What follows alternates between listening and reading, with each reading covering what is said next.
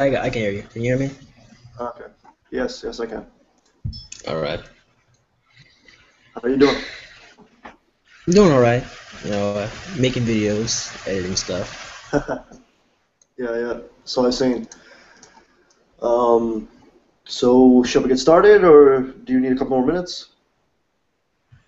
It's just you want to like have a debate or something because I'm not prepared for an academic debate. We can just talk it out if you like.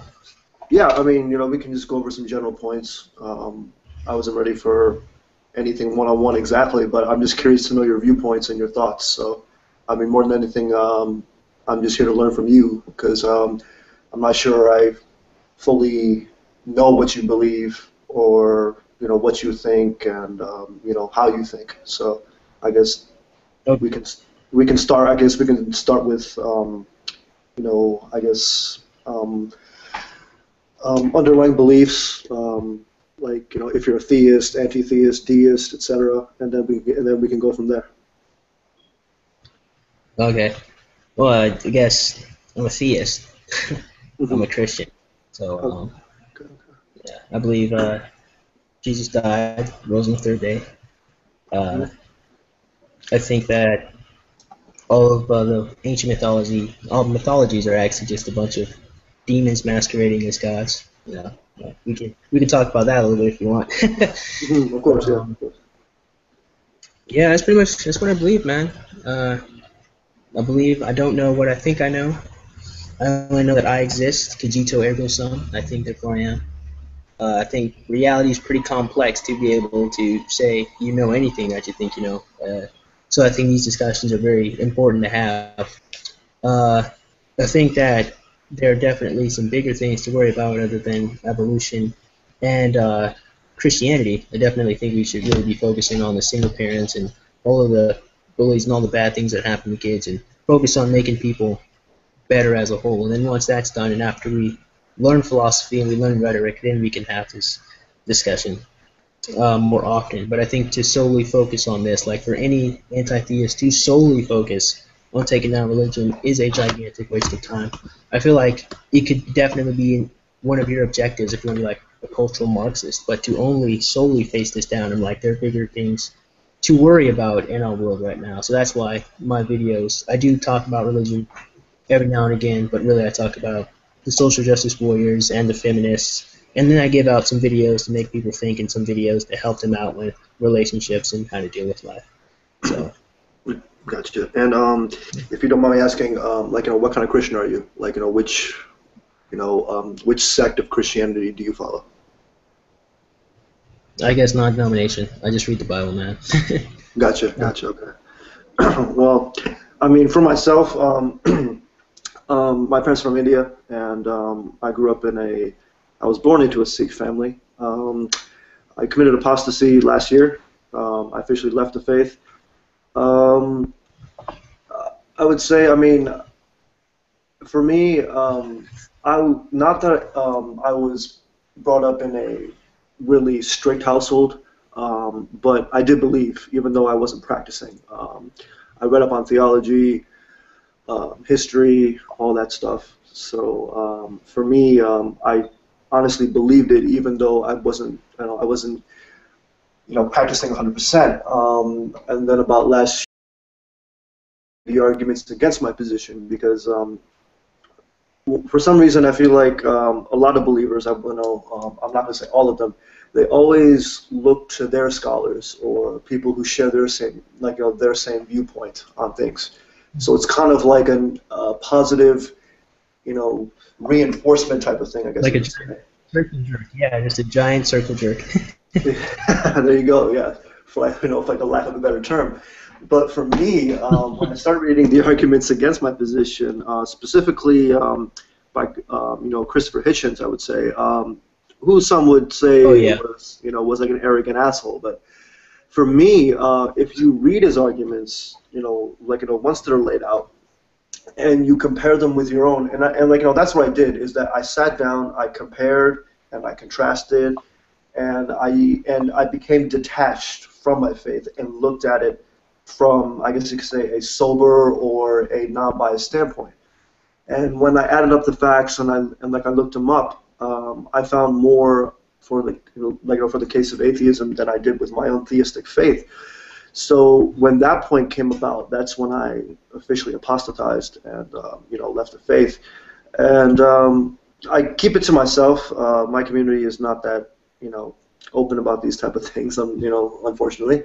So I haven't debated with any Sikh scholars or anything like that. But and like from there it progressed. You start reading up on philosophy and stuff like that. As you just mentioned, the whole philosophical arguments really did resonate with me. I reject a supernatural dimension, so I am a materialist.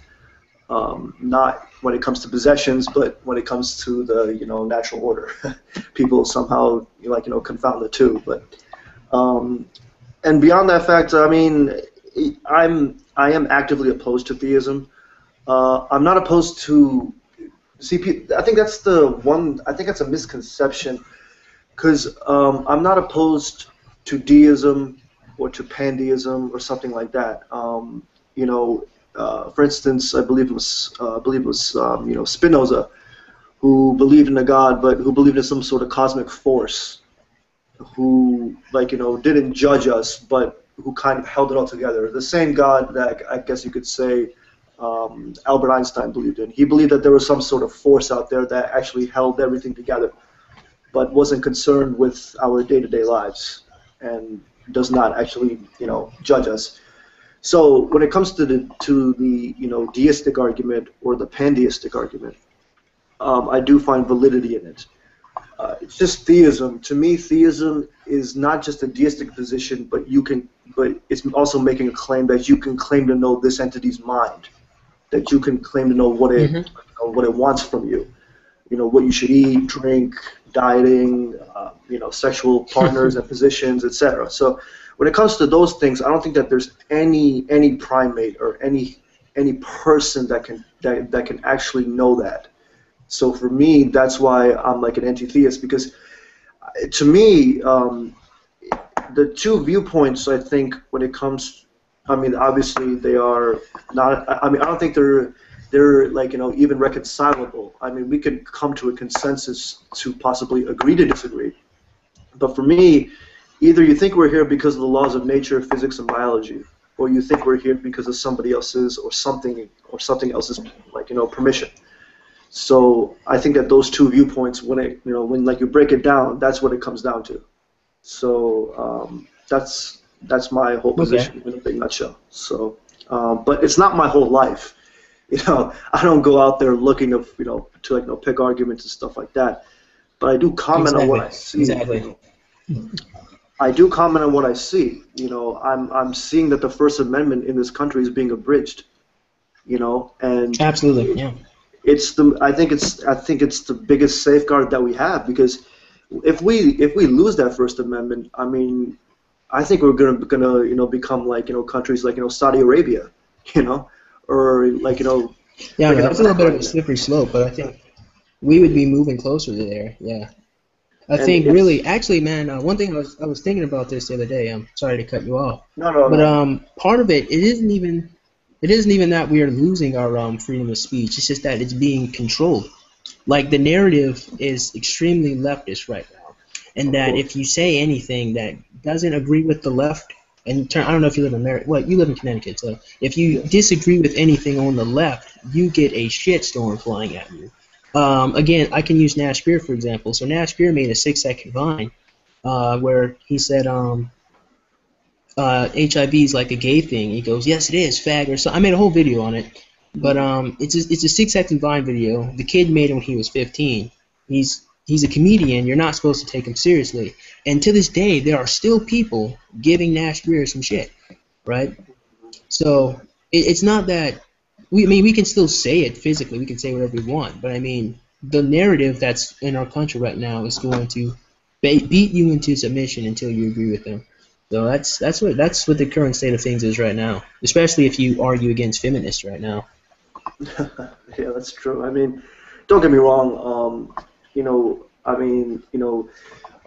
When it comes to this country, I would say Susan B. Anthony, Elizabeth Cady Stanton, like, they really they really shaped, this country when it when it came to women's rights.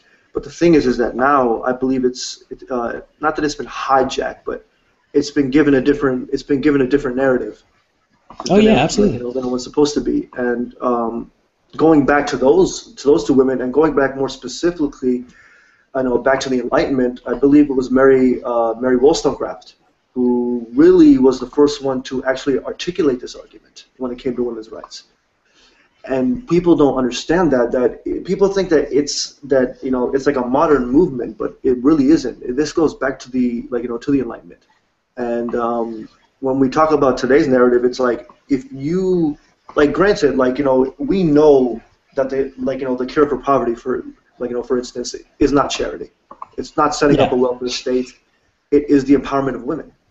Because if you give women education, if you give them, some sort of capital, the floor is just going to rise. Because we see nations who are successful, for the most part, if you don't have oil, of course, is the fact that women have a say. Is that they have a say as to their bodies, in terms of their education, in terms of the political sphere. So for me, this whole issue of feminism, I think the narrative has just gone in the wrong, the wrong direction. And I think that if you criticize that, absolutely wrong direction. Why can't they base their things on how the movement started from those individuals, and use that as their platform and as their basis, and work on things like preventing rape and sex education and these sort of things that will help this country and look at women favorably also. And it has to be done through discourse. It has to be done through debate and all these things like that, because at the end of the day, they can yell to the top of their lungs all they want, but that's not going to solve the issue. And some of my atheist comrades, they really don't understand this point, that shouting them down is not going to win a debate. It's not going to win an argument. True. We have to win minds here, and to win minds is through discourse. And I think that and what this country has degenerated into is that if you draw a cartoon of somebody who was born in the 7th century, we know what's going to happen to you. And it's sad, because our freedoms are being freaking abridged every day. And as you said, this leftist narrative, because I used to be on the left as well. I'm more of a libertarian now, and I realize that while the left, I believe that they actually believe what they're doing is right. Exactly. That is what makes them horrible. Their convictions, I think, are sound in the sense that they actually believe what they say. But it's this self-hating narrative that really pisses me off. That when they talk about slavery, for instance, and they say, "Oh well, America was guilty of it, and we should feel shameful and this and that." But the other side is that abolitionism only happened here in the Western world. True. And why don't you celebrate this fact? I'm not saying rewrite everything, but also teach this as well. Is that abolitionism started here inside the Western world, and we should celebrate that fact. And granted, we had to fight a civil war for it. Which is unfortunate. But we did what we had to do.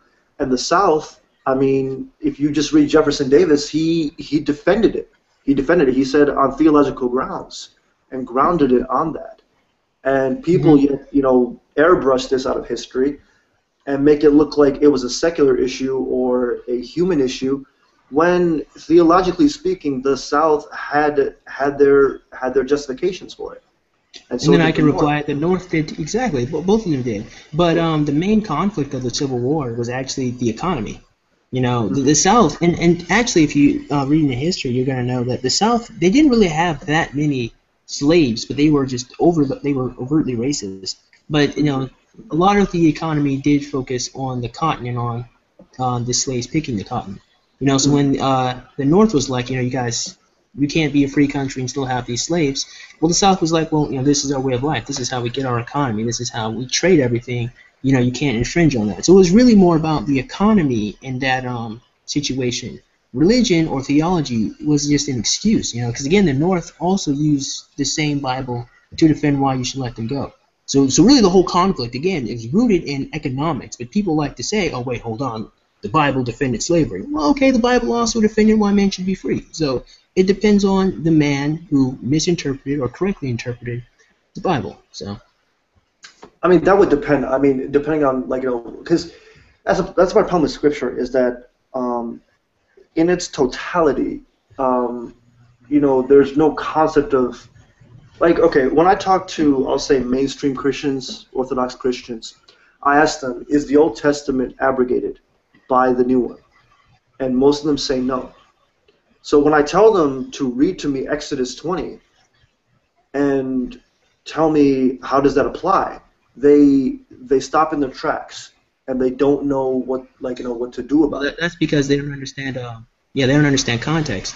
When you read the Torah, what you have to keep in the context is, one, who wrote it, two, who did they write it for, and three, what was the conditions, what was going on with them. So the person who wrote it, I think it was Moses, he wrote it for the Hebrew Israelites, and they were fighting different tribes. They were fighting the Canaanites, they were fighting cannibals, they were fighting a whole bunch of different tribes who were doing debauchery and sin. So when you look back in the Torah, when you look back in Deuteronomy and all that, you have to look at it in the context of who the Hebrew Israelites were. The Hebrew Israelites were God's chosen people. Thus, they could not have sin in their camp. Otherwise, they would get drawn out. And that's exactly what happened. When they started doing the same thing, they got pushed out of their holy land. So in context and what was going on, they had a guideline, they had morals that they all agreed to do, and if they jerked from there, they got punished. So you cannot say we are not Hebrew Israelites. So you can't take Leviticus or Deuteronomy and then try to apply that to us, because while it is indeed historical context, and at least what I think happened, we'll get into that later, but it's historical context. It's written as historical context. You have to take it as this is the conditions, this is what was happening. But when you move over to the New Testament, this is written as wisdom, as guidelines, as morals. It's not, Jesus isn't just telling stories. He's telling you how to treat other people. And that's overtly different from guidelines and telling you what you're supposed to do and what you have to do to win this battle with the Canaanites. So that's what's going on with those guys. They don't understand. I think a lot of people don't really understand the context of Hebrew Israelites and when Jesus came back, or when Jesus came and started doing his miracles. I mean, for me at least, when I look at, the killing, it never stops in the Old Testament. For me, the Amalekites, they were completely wiped off, and I don't understand how you can justify wholesale genocide on somebody. I just, down to the last child, and you can keep their virgin girls. So I don't understand. For me, when I read these passages, I don't know if it's telling a story or is it actually based on historical truths. Because when we look at the wandering, for instance, Israeli archaeology has, I think it was Mr. Finkelstein, Dr. Finkelstein, who led the expedition, and he could find no conclusive evidence that the wandering ever took place. But if we take the metaphor, that the Jewish people were wandering around all that time, and that they were under the impression that murder, theft, and perjury were were okay. Until they get to Mount Sinai and found out, it's not kosher after all. I mean, no society could have gotten that far if they were under that impression. So when people tell me that, where do you get your moral compass if you don't believe in the Ten Commandments, and then I come back with that statement, they're like, oh well, they already knew it, but they just had to have it written down. So I think for me, it's kind of insulting. I think that the fact that we've been on this planet for at least maybe 200,000 years. There had to be some sort of consensus or some sort of, innate knowledge of some of these precepts, because if we didn't, we would be gone. We will be, we'll last. That's how. Actually, that is. I'm going to connect it all together in a second, but that is how morality itself works. Morality only works if everybody agrees to the credence. This is why moral relativism kind of fails because, for example, let's say we have traffic lights. Now, let's say 90% of the people follow the traffic lights. That red means stop, green means go, yellow means slow down. Now, let's say 10% of the people thought that red meant speed up, yellow meant stop, and green meant go as slow as you can. Well, then the traffic system would be in complete and utter chaos just based on those 10% of people because everybody's not following the rules. So in order to get the traffic system to work the best they can, everybody on the road has to agree to red means stop, green means go, yellow means slow down. This is the same thing with the moral code. Everyone has to agree on what's wrong and what's right. Otherwise, we get into this big, huge minutia and this big debate that we have right now that's going on with the anti-theists and the Christians and all of that. So unless you guys all agree on a criteria on objective morality, you guys are just arguing feelings and no one's going to get anywhere. You see? So when we go back, what was the tribe that you had mentioned a second ago? I believe it was either the Amalekites. I believe it was the Amalekites. I want to say, yeah, I want to say it was the Amalekites. Okay. So I want to say. Okay. So again, we gotta go in context, right? So now what I'm about to say, it's gonna be a little shocking, and I don't blame you if you don't believe it or not. It's pretty hard to believe. But you know, if you take Genesis 6, actually, no, I won't go get my Bible. But if you read the first couple of scriptures in Genesis 6, it says they were giants in those days when the sons of God came into the daughters of men, and they gave birth to the Nephilim, or gave birth to giants, or the Nephilim. So it's the B'nai Elohim, the Watchers. Actually, have you ever read the Book of Enoch? I have not actually, no. No, okay. Well, so the Book of Enoch basically is telling what happened in the days of Noah, and what was going on there was that these fallen angels were coming down, and they were mixing with the daughters of men, and they gave birth to these giant hybrid beings called the Nephilim. And the Nephilim, I think, is associated with the word giant, but I think it means fallen one. But the Canaanites and the Messiah and all of those tribes were Nephilim. They were these hybrid beings. These were these giants, and that's what they were fighting against. That's who Israelites were slaughtering. They were killing giant cannibals. And more than that, a lot of the other tribes were also cannibals and were into a lot of different mystery religions that were into sexual debauchery. So that's why you had to wipe them out. And this is the same reason why the Hebrew Israelites also could not do what they did. That's where all the guidelines go. You can't fight evil with evil.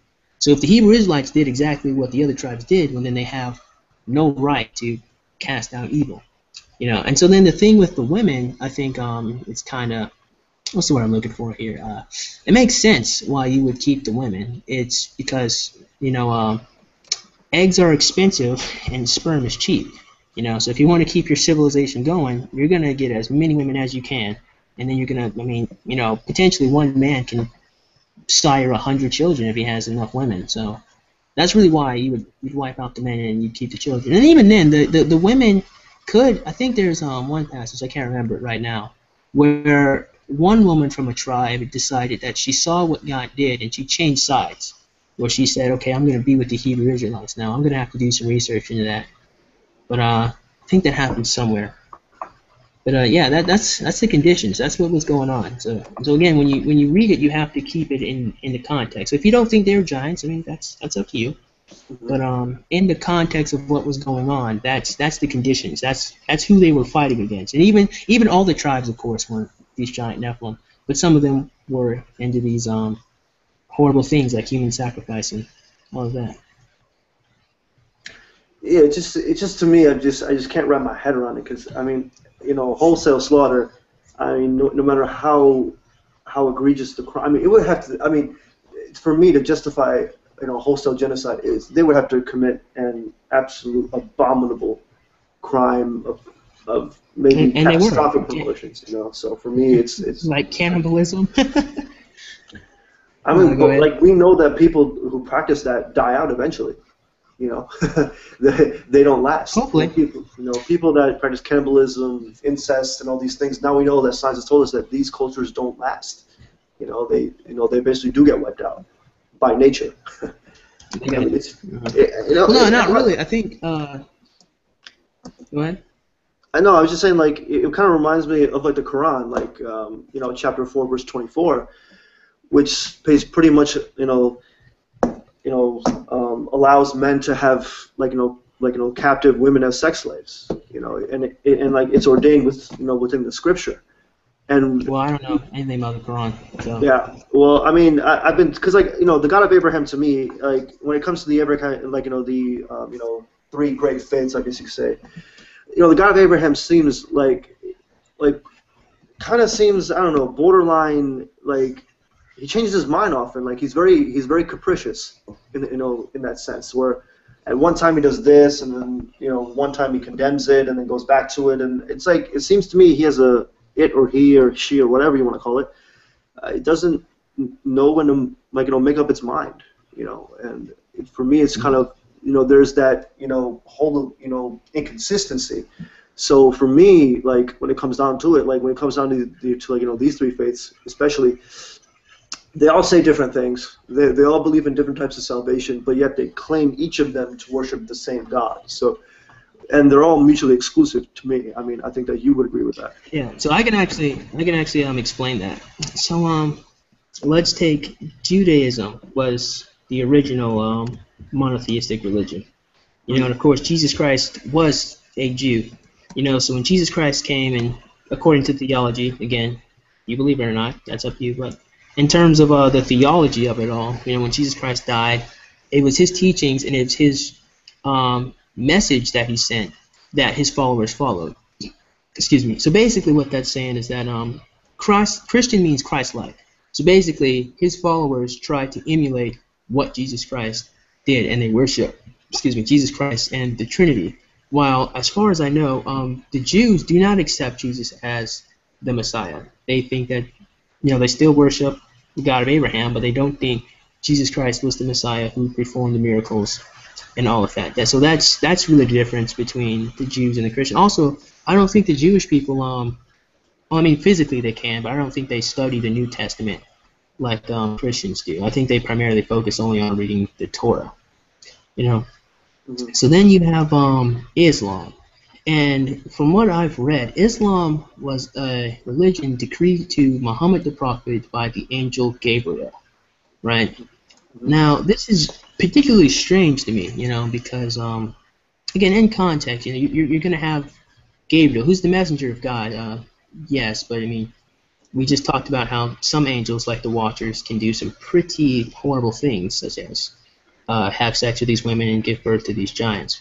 And also there's if you read Galatians, there's, I think in the very first chapter, I forgot what scripture, I guess you can give me a second to go get my Bible, or maybe I can do a Google search. I don't know, that's not important.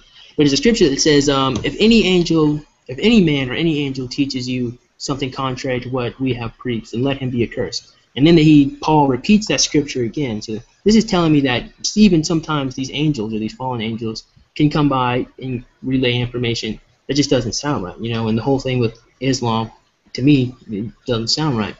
Like you said, how you can have sex slaves, and yet you're only supposed to. Jesus Christ said a man leaves his family and he clings to the wife, and the two shall become one flesh. So to me, it doesn't add up. You're right. So when it comes to Islam, again, I remember Muhammad got this from Gabriel, and he didn't get it from the source. So.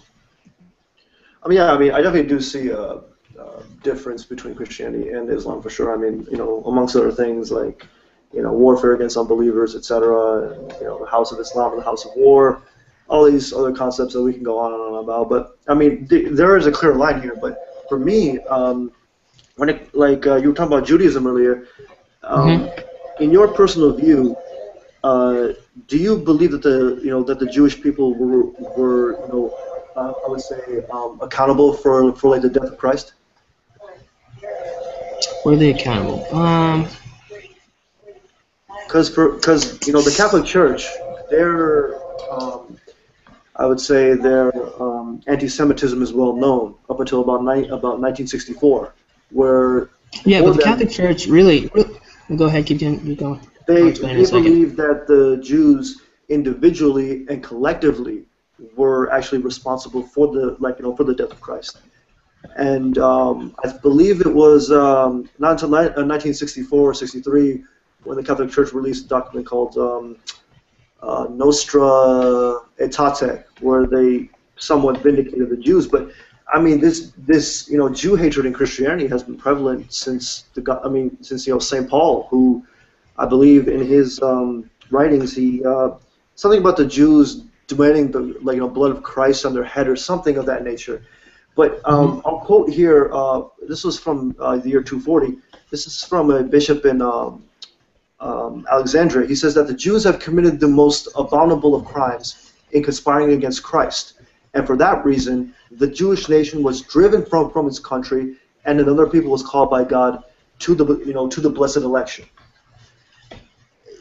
How do you respond to this, I guess, statement or charge or whatever you want to call it, like when it comes to anti-Semitism?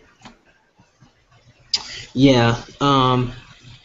Personally, I think Jewish people are ridiculously paranoid when they think that the whole world is against them. But they certainly do have a little bit of a reason to feel that way, especially with Adolf Hitler and a lot of the anti-Semitism.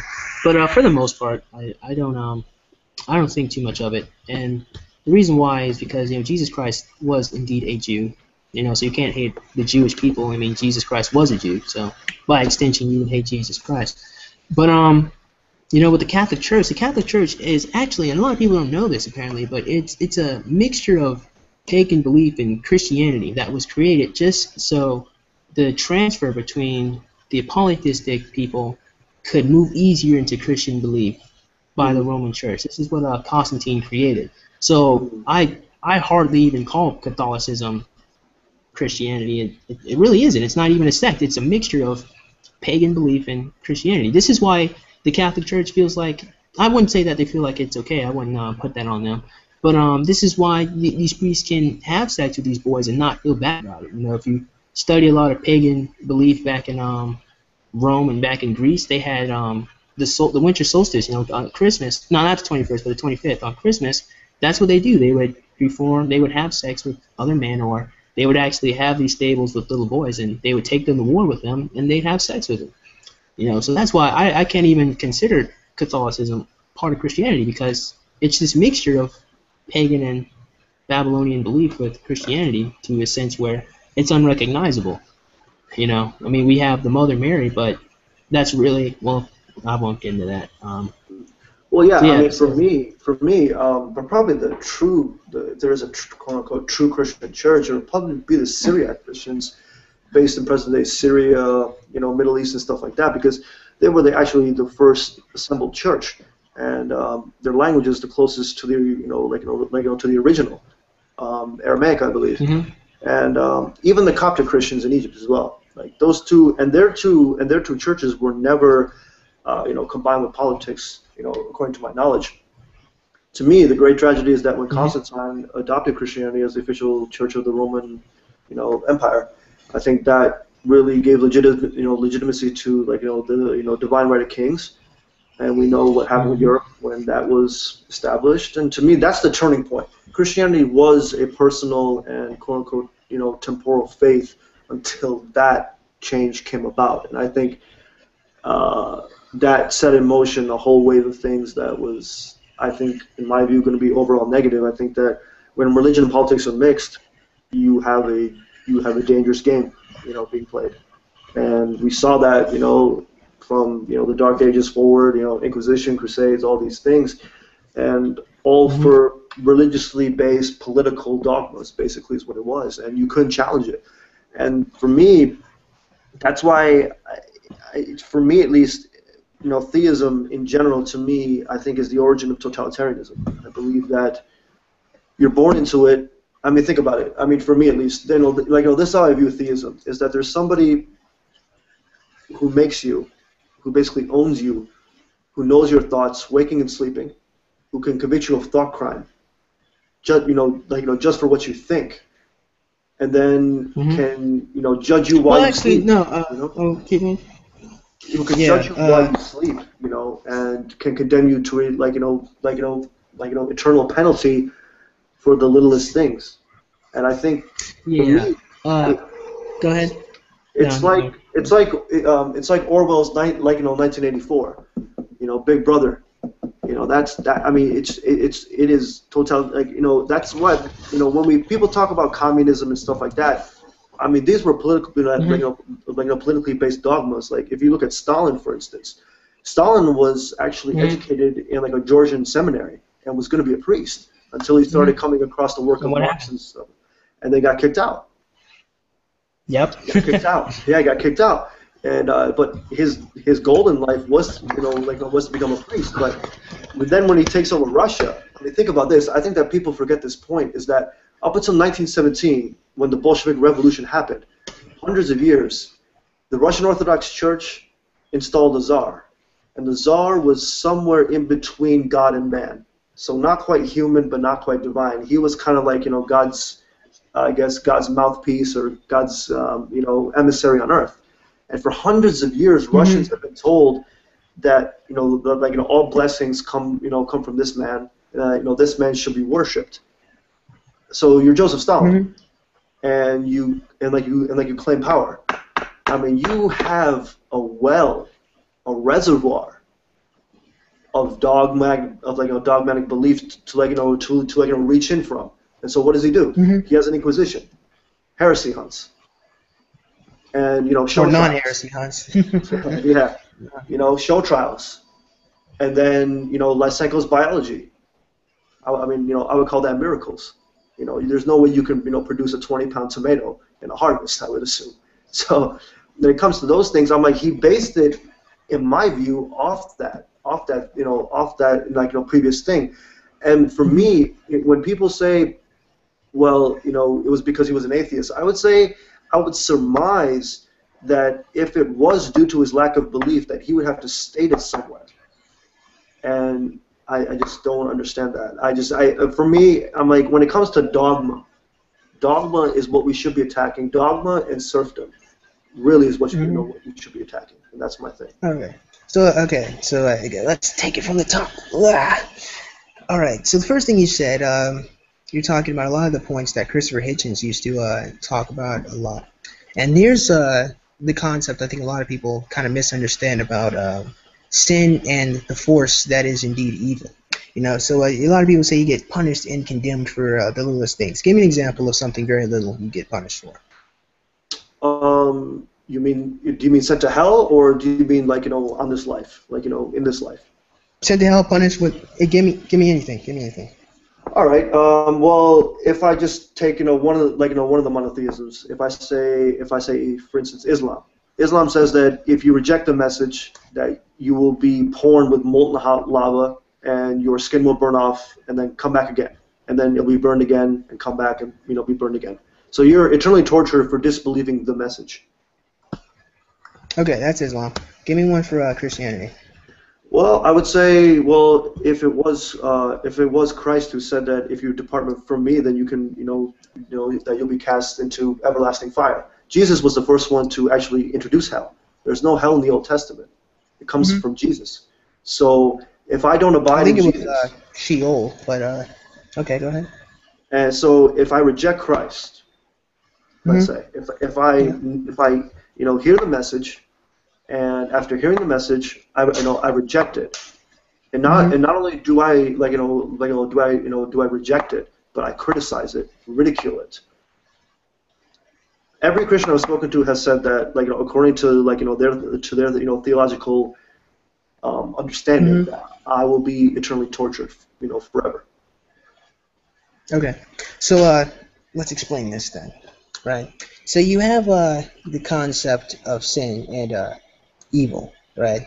So basically, what sin really is it is a constant reminder that we're going to mess up. It's a constant reminder of telling us, we're not always going to do the right things. But when Jesus Christ came back and he forgives us, he says, it is okay to be human as long as you learn and you understand what went wrong and what happened. That is what sin is. Okay? What evil is, on the other hand, is seeking that which is good in the wrong way.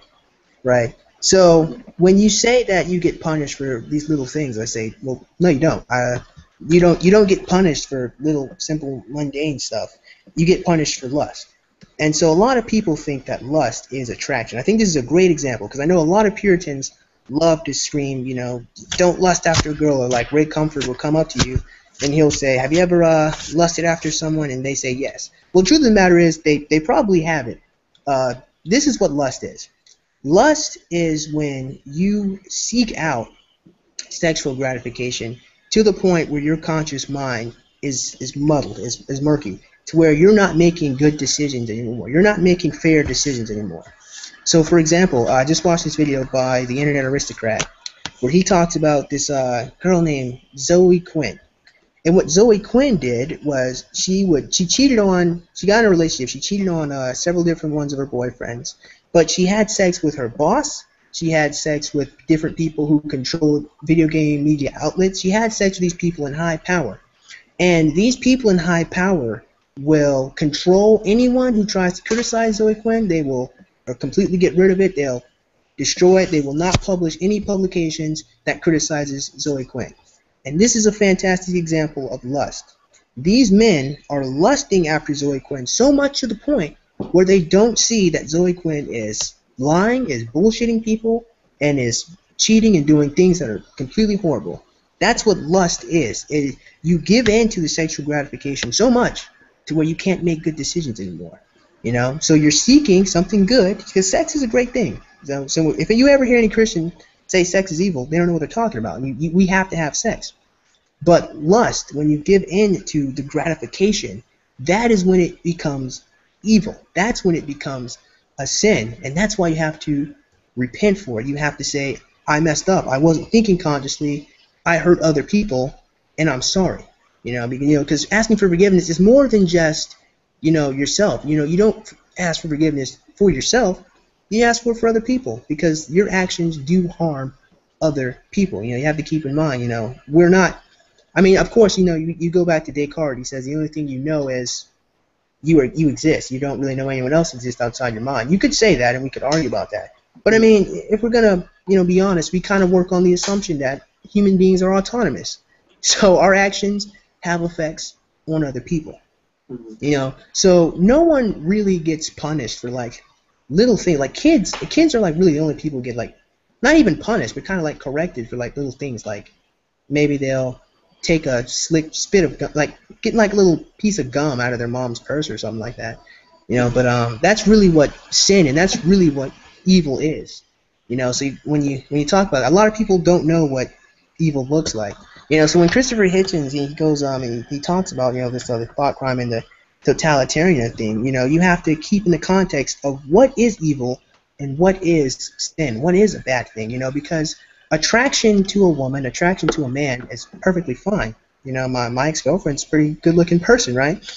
So it's fine to be attracted to people, but it's when you give in to lust, when, like, say, my only objective to talking to that girl was to have sex with her, and I would do anything to do it, that is lust, clouding my judgment, and we can get into all the other 7 deadly sins, but I think lust is a very good example, so no, I don't think no one gets punished for these small little thought crimes. You'd have to give me some more examples of thought crimes to talk about that. Could you, could you, freaking hold on for just a second? I gotta take a phone call real quick. Just give me like 2 minutes. Okay, go ahead. Yeah, thank you. Okay. Hey, come on. Hold on. Oh. Yeah. I'm sorry. I just found the phone. She hasn't responded yet, so I don't know what's going on. So I don't know.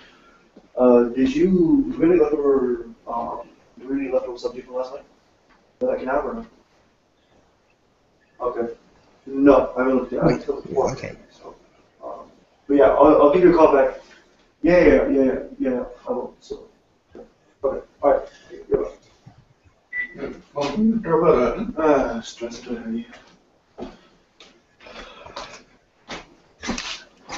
Okay, sorry about that. Mom calling me. No, it's okay. No, it's just one of those things because it's scary to me that God knows that you lust, I mean, that's a scary thought to me. Mhm. That God knows your, He knows your, innermost secrets, innermost desires. But I think you are Mhm. right in terms of controlling your mind, because I think that when the mind is altered, when your judgment is altered, like when it comes to alcohol, for instance, obviously, Mhm. you do make bad decisions. Like, when you drink excessively, of course. Fights Exactly. break out and do all that stuff like that. But I view religion in the same way, in the sense that when Marx said that religion was like the opium of the people, but people don't read the full quotation when it comes to that. And I think that that's quite sad, because Marx's main point, he understood, because I'm a Marxist in a certain sense, where I'm not a political Marxist, so I'm not a socialist. I don't believe in, all that stuff, all the political aspects. But when it comes to Marx's philosophy, um, I think people misunderstand it. I think that he really understood, I guess you could say, human nature and human Uh-huh. qualities. Because I'm trying to find the quote right now. If I could just give me a second. Yeah.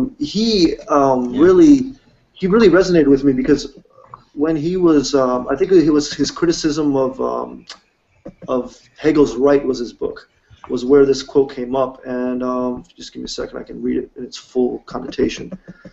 Because I think people overestimate his his viewpoints. But he said this. He said that religious suffering is at one and the same time the expression of a real suffering and a protest against real suffering.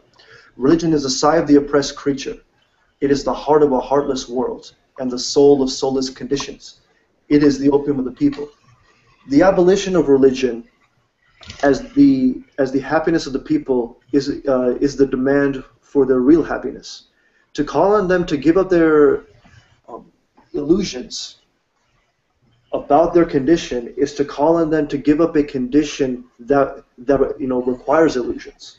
The criticism of religion is therefore, in embryo, the criticism of that veil of tears, which religion is the halo. So when he talks about it, I think he talks about it, very, very eloquently, because he sees the Yeah. effect that it has on people. Okay. So And one thing I'm gonna have to ask. Oh, sorry. Well, yeah, yeah. Sorry, go go ahead, ahead. Marco. I was gonna say, whenever people say religion, what they are really referring to is Judeo-Christian belief. So when I hear the word religion, I think of it in the broad terms. So whenever you're referring to Judeo-Christian, you're gonna have to specify Judeo-Christian, Islam, and all that. Because if not, then I'm gonna think about Taoism, Buddhism, and Satanism, and all that other stuff. So we kind of have to be very specific in our terms. And I actually, if you saw that whole thing with Essence of Thought, that was one primary thing that was happening. Was he was saying that I was misinterpreting him, or was like taking this stuff out of context, and I wasn't. I was keeping it in its context that he said religion. So if I'm going to argue that religion itself is not bad, then that's a different discussion than Judeo-Christian belief. You understand what I'm saying? I mean, yes, I definitely understand. I think for Okay. me, religion, I think of theism. So I think of Okay. monotheism and, Okay. polytheism. All Like, right. So so I mean, that's the Christian term. Go ahead. yeah, yeah, that's my definition of it. Is, theism. Like, because if you look at Jainism and Buddhism, these Mm-hmm. are non-theistic faiths. There's no God, Exactly. but they're Exactly. but they're faiths because there are dogmas attached to it. Mm-hmm. And there So, are for rituals instance, attached to it too. of course, and to me, that's what makes a religion. When I say it, I should say, see, that's the thing, is that I have a mistake of, lumping all them together, because religion is like a term like sport. It covers a Mm-hmm. wide range of, things. So, I Exactly. mean, Sam Harris said it best to me. He said, you have sports like, kickboxing, and then you have sports like golf. So Mm-hmm. he's like, to try to, put, true religions on, the opposite sides of the spectrum. He's always, look at Jainism. The core principle of Jainism is what? Is nonviolence. It's called the Mm-hmm. himsa. Himsa, I believe it's called in Sanskrit. And this is where Gandhi brought his whole thing of nonviolence, is that he borrowed it from Jainism. But moving on to the point, so no matter how crazy you get as a fundamentalist Jain, you will become less and less violent. So if we take another religion, let's look at Islam, which the main points are convert, subjugate, or kill infidels in its classical theology. Okay. So now, the more and more fanatical you get as a Muslim, are you going to become less violent or more violent? Obviously more. I would assume more violent. Yeah. So beliefs have consequences, and so true. we can't look at our religions with the same scope. We have to look at them on like an individual basis. But I feel by its theology. Exactly, by by its classical interpretation, not by today's interpretation, because religion changes over time. I believe that most believers nowadays, and language does too. Of course, terminology, terms, language, slang, everything changes. So if we go back to classical Islamic theology, it's much different than from like the Islam we see today. A lot different. If we go back to classical Christianity and go back to the early church fathers, we will see something different than what we see today. If we go back to classical Hinduism, etc., I mean, we could go on and on. So religions change over time, but what I also have noticed is that believers nowadays, when I mean believers, I mean actual people who believe the message, but maybe who are not fully practicing, but who still believe. The believers, I believe that they take their faith a la carte. They pick the parts they like, and they discard the parts that they don't like. So I ask people, true. Do you really believe in the virgin birth? And they're like, oh, well, it's metaphorical, actually. Or some people say, yes, I believe it's true. Or some people say, well, I think it's unclear if it's true at this time, or something of that nature. And then you ask about the resurrection, like, was it an actual event? And they say, well, I think the resurrection was figurative in nature. So at the end of the day, I'm like, in one sense, are you to be a Christian, you have to believe that Jesus was like a real person who walked the earth, who was born of a virgin, who died on the cross, who was resurrected after the third day, and you feel that you are redeemed for believing it. I mean, to me, that's the basic sense of a Christian. And you look at these Unitarians, for instance, who deny the Trinity, who deny the mainstream interpretation of Christianity, but who still feel themselves as Christian. So they could still be wrong. Exactly. I think there's over 30,000 sects of Christianity. So my question is 2,999 wrong. Exactly. So I mean, my question is, who has it right, and by what standard can we say that one person has it right and one person has it wrong? So I'm going with a probability argument here, is that either all of them are right, all of them are wrong, or only one of them is right. And I'm going with the most probable. I think all these are equally false. And until I'm shown something that will change my mind, I'm open to that sort of thing, because I don't want to keep a closed mind either. But at the same time, I feel as if I'm taking the intelligible position, because I'm going with the probability argument, and I believe that always I would say comes out the best, but I would say in this sort of argument, I think that it is the most sound argument. Yeah. Well, sound implies that it's true. It's definitely valid.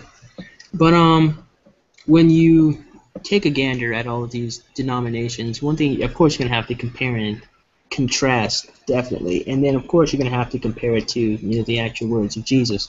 So we have, actually, it turns out the Bible is one of the most manuscripted ancient texts that we have.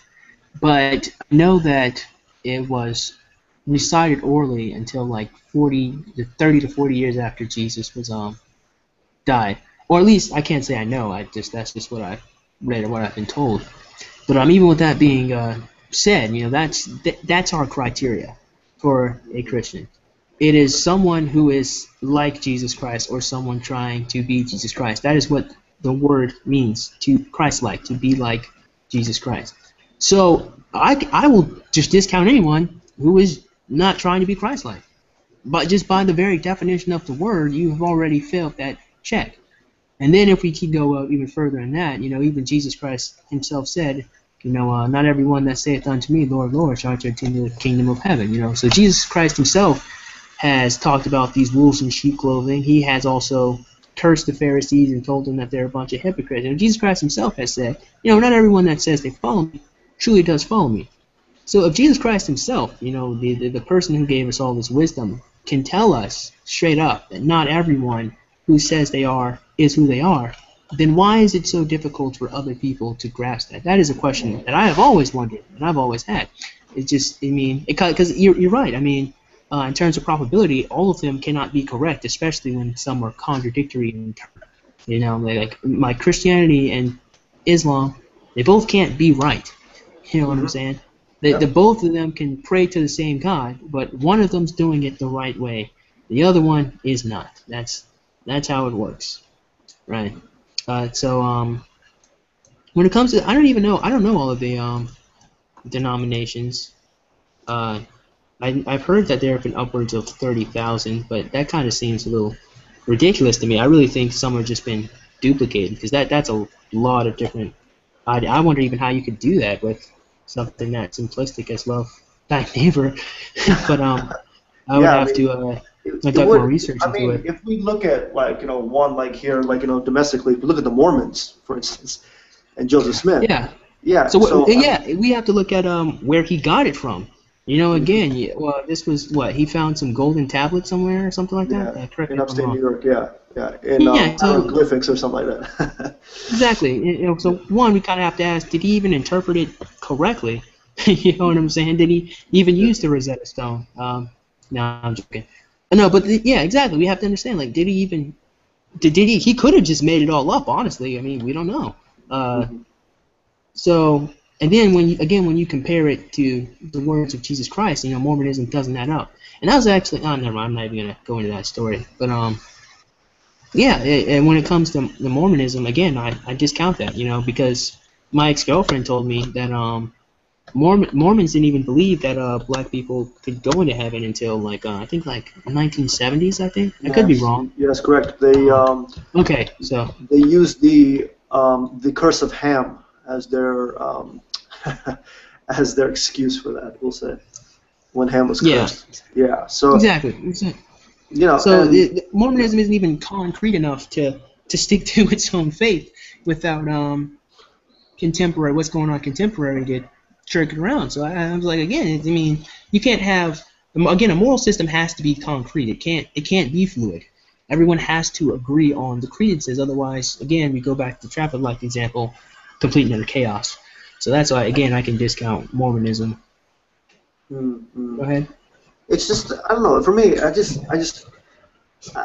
turn on the news and you can't help but look at theocratic encroachment on on liberty, and it just and I come back to it. The First Amendment. People don't realize that the father of the Constitution, James Madison, he understood. He said that the separation of church and state, the purpose of it was so that this country wouldn't be soaked in blood like Europe was.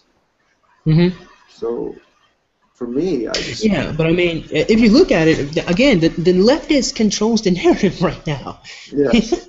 The church and the state is pretty much separated. For a huge portion of my life, I was told that the conservatives are just a bunch of racist country dumbasses that don't know what they're talking about. So then I start going on YouTube and I read some libertarians, I read some right-wing conservatives. These people know what they're talking about. These are not stupid people. And as it turns out, I'm probably more right-wing than I was ever left-wing, really. So when the narrative tells you a bunch of bullshit, again, the news is biased right now. Even video game news is becoming biased. The whole thing with Zoe Quinn. We kind of have to take it with a grain of salt. It's like how do we know? We've been lied to by so much. The narrative right now, the leftist socialist party. I get told all the time that gay people are oppressed, and yet half the country allows them to get married. How are they oppressed when they're gaining everything that they're asking for? How are they oppressed when even if you say being gay is a choice, you get attacked online, sometimes you get attacked physically. How is this an oppressed class? So when our whole narrative is separated from churches, is separated from religion.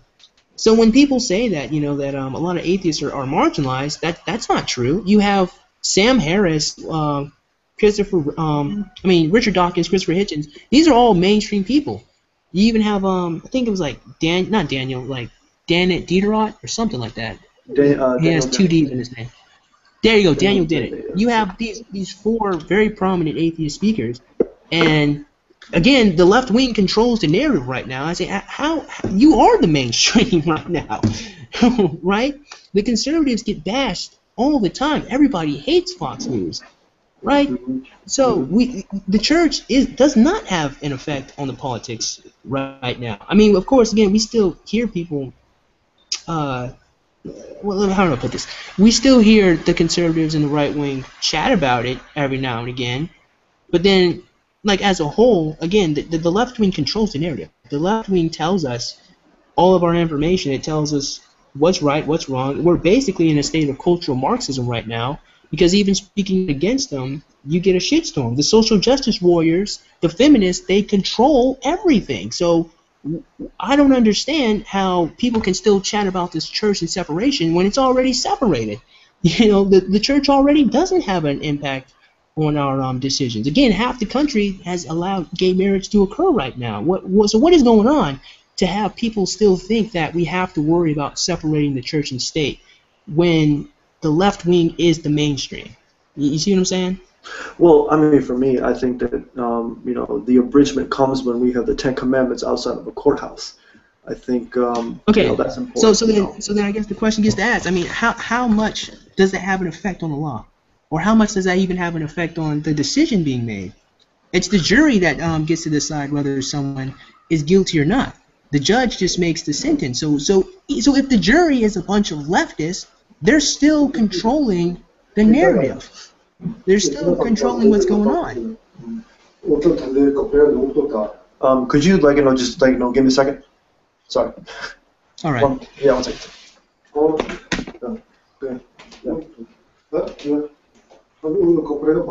hope you guys are enjoying the discussion. I don't know how I can read the comments. Is there any way I can read comments on this thing? If anyone's even been saying something.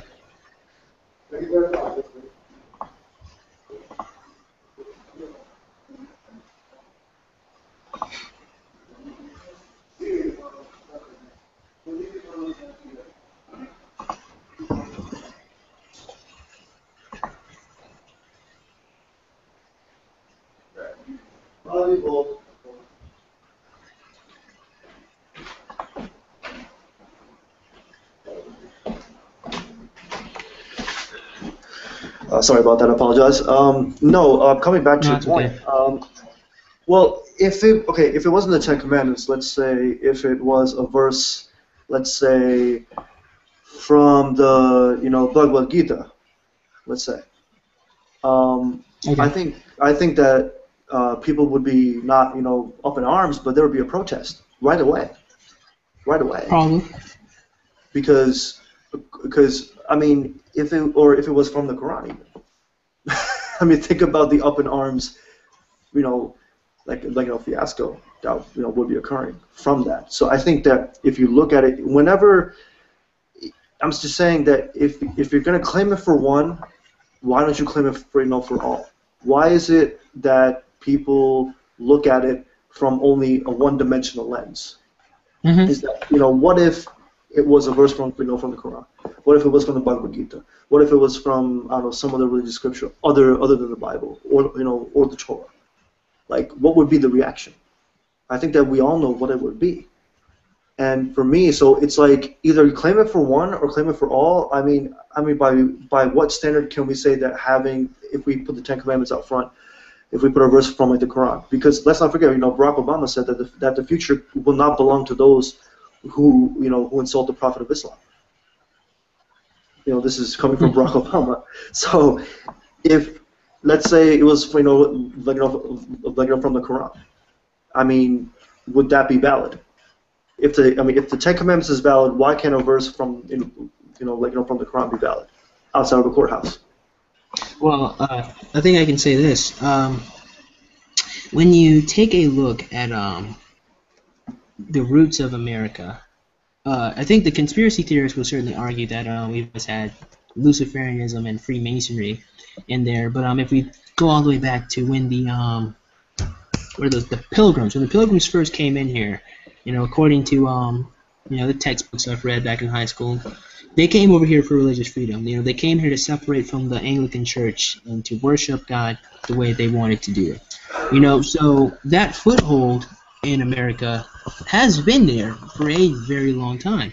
And even when the settlers still came by, the foothold, the Christian theology, not necessarily the Bible itself, but the Christian theology itself, Jesus died on the third day and all that, has had a foothold on people in America for years. So because of that, and there are lots of people, in America right now, who are Christian and get born in the Christian households, and they get trained. Well, trained, or some people would like to claim it's child abuse, but I feel like that's a hyperbole. But people, they go to church and they learn the theology of Christianity, so to the point that it almost gets ingrained in them. So even when they reject God and Christianity, that aspect of the morality part of it is still inside of them, because they've been learning this since they were a kid. So when it comes to having the Ten Commandments being in the front of the courthouse, really what it is just it's an ode to the theology that we all know, that we all understand here in America. It's not necessarily we all agree with it, clearly not, but it's an ode. That is where we even get our morals from. It's still from Christian ideology, whether you want to believe it or not. A lot of the stuff that a lot of the anti-theists say that they hate are still sins in Christianity, are still wrong based on what Jesus Christ said. And I find it to be hilarious and almost hypocritical that some of these people can make fun of fundamentalist Christians when they're equally as emotional and literally believe the same thing, just that Jesus never existed. So, and that's really what it is, it's rooted in the theology of it all. And I agree. Honestly, I say I honestly could care less if they took the Ten Commandments and out of in front of the courthouse. Yeah, treat all religions across the board if you like, but again, it's an ode to the theology of America. So I understand why they do it. I don't care if they leave it there and take it away. I don't know. I think that the Greco-Roman tradition has had a higher influence, I think, on the West, because Sorry. Why do you say that? I said that because it came first. It came before the whole Judeo-Christian tradition. Yeah, well so did Sumerians, but they don't have an effect on us. Well, no, because the Greco-Roman tradition originated inside the Western world. If we look at, for instance, Democritus, Lucretius, Epicurus, all these people. If we look at Socrates and the Socratic method. But that type of democracy is completely different from our democratic republic. Well, that's true, but I think concepts. but if you look at the word democracy, it has Greek roots, and democracy was given to us actually by the Greeks. The actual blueprint for it. I believe that, especially when it comes to Thomas Jefferson, especially people I think don't realize what kind of a believer he actually was. Especially when he's saying, he called himself he said that, he was a follower of Epicurus. He said that, I consider the genuine doctrines of Epicurus as containing everything rational in moral philosophy, which Greeks and Romans leave to us. And this is centuries before Christ even came in. So I think that people don't know, because I think we lost that Greco-Roman tradition during during the Dark Ages, and we didn't get it back until the Renaissance and until the Enlightenment, because this stuff was suppressed because it was seen as pagan, seen as think about it too, coming up with an atomic theory and then trying to tell that to Christians, to Christian kings and Christian rulers. It's not going to flow over too well, I think, over 1,000 years ago. I think that's why we lost that tradition. And in my view, I think that the Greco-Roman tradition is superior, just for that fact. When people talk about it being about Jerusalem, I would say Athens and Rome. I think it's really a battle between the two right now. Is what we're seeing. It's between the Greco-Roman tradition and it's between the Judeo-Christian tradition. I think the two. I don't think they're compatible, in my viewpoint. They can be reconciled to a certain, to a certain extent, but I don't think that they can be fully compatible with each other. I mean, that's just my No, they're take. not. You're right. You are right. They cannot be, because again, the democracy of the Greco-Roman tradition is completely different from the republic that we have now. And the democracy of the Greco-Romans was that these senators, they had all the power. I don't even think they got elected the way that our republic does, because in our republic it is that everyone has a say, but ultimately it is our representatives that decide all of our decisions. It is the Congress and the state. They actually, altogether, collectively, they even have more power than the president when it comes to granting laws or vetoing bills. But that being said, we have all the people. They vote on the primary, and They have the popular vote on who they would more or less like to be the president. But the person who decides, the people who decide who the president is the Electoral College, which is our representatives that we elect to represent us, who ironically don't do a very good job of.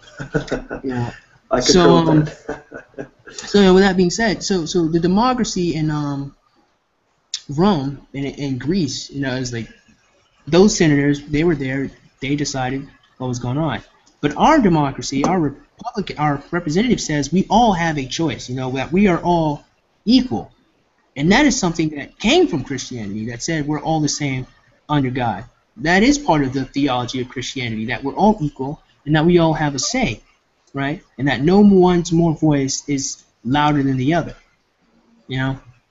On the other hand, when it came to the democracy of Greece and Rome, it was the senators. If they voted to go one way, that was it. There's no repeal. There's no coming back. There's no opposition. Majority rules. That simple. And that's part of the reason why Plato absolutely hated democracy. He was not a big fan of it. And that's part of the reason why. Majority rules. But here in America, majority does not rule. It is not simply most people voted that way. There you go. We go that way. The laws can be repealed, or we can take it to the Supreme Court and we can try it again until, for decades, try it again and repeal it and change it around, because all of our voices are equal. And again, that comes from the Christian theology. I mean, I would agree with that to a certain extent. I mean, I don't think that would include women. Okay. According to the Bible, women have. I mean, in my view, Christianity and the treatment of women is shoddy at best. I mean, we still really. I say the opposite. So. Go ahead. I still think so. I think that wives have to submit themselves to their husbands, that they can't teach a man, that they can't have authority over them. Okay. So things like that. When I read that, and this stuff has never been abrogated. So for me, it's kind of difficult to believe. So let's talk about that one. I think that's a good topic to talk about. Okay, so let's take it from the top. What was the first thing you said? Women can't do what? They can't have authority over men. They can't teach them. Okay, they can't have authority over men. Okay. One, look at what feminism has done to our men. Feminism has made us, as a whole, emotional and indecisive. I'm not doing this to pick on him. I mean, he's probably a really nice guy.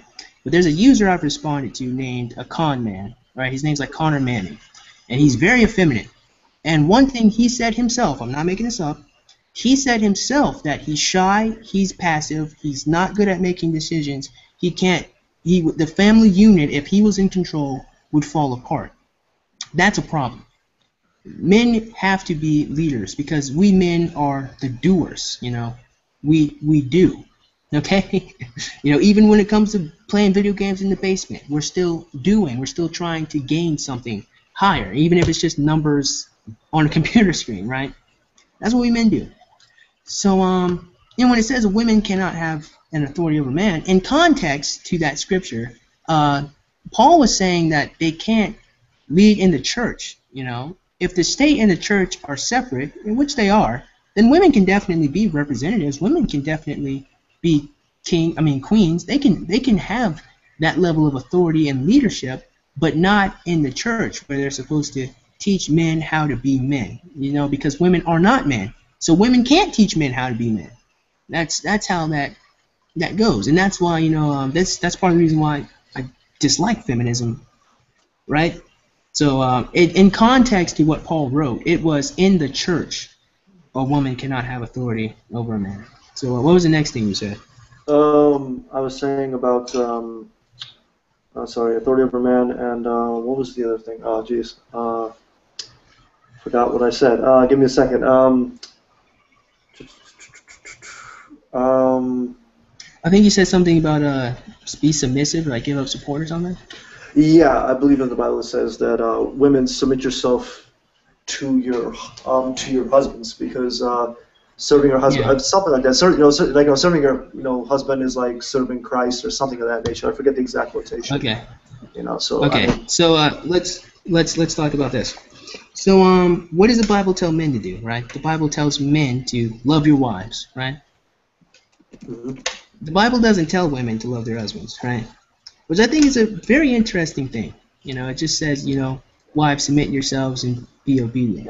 Because again, we have to keep it in its context. Men, they do stuff. Men have, and this isn't to be sexist or misogynist. I'm not saying women don't have a place, because I think women have a huge role, but men do. We build society basically. That's what collective as men. Even the slaves built a whole bunch of different stuff for. I think slaves even built the White House. You know what I'm saying?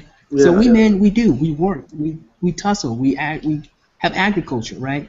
So what the woman provides, though, is that emotional aspect to us.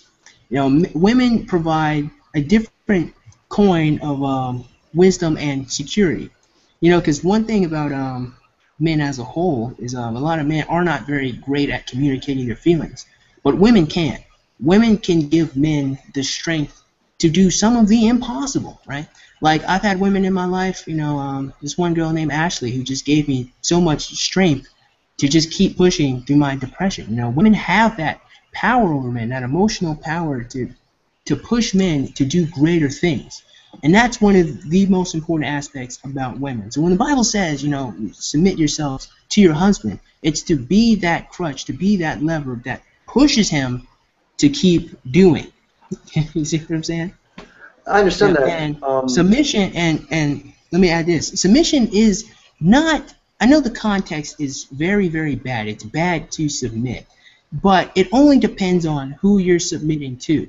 Because if you submit to someone who is ruling for your benefit, let's say we have a monarchy with a king, which is pretty much the best government we have if we're going to have the state.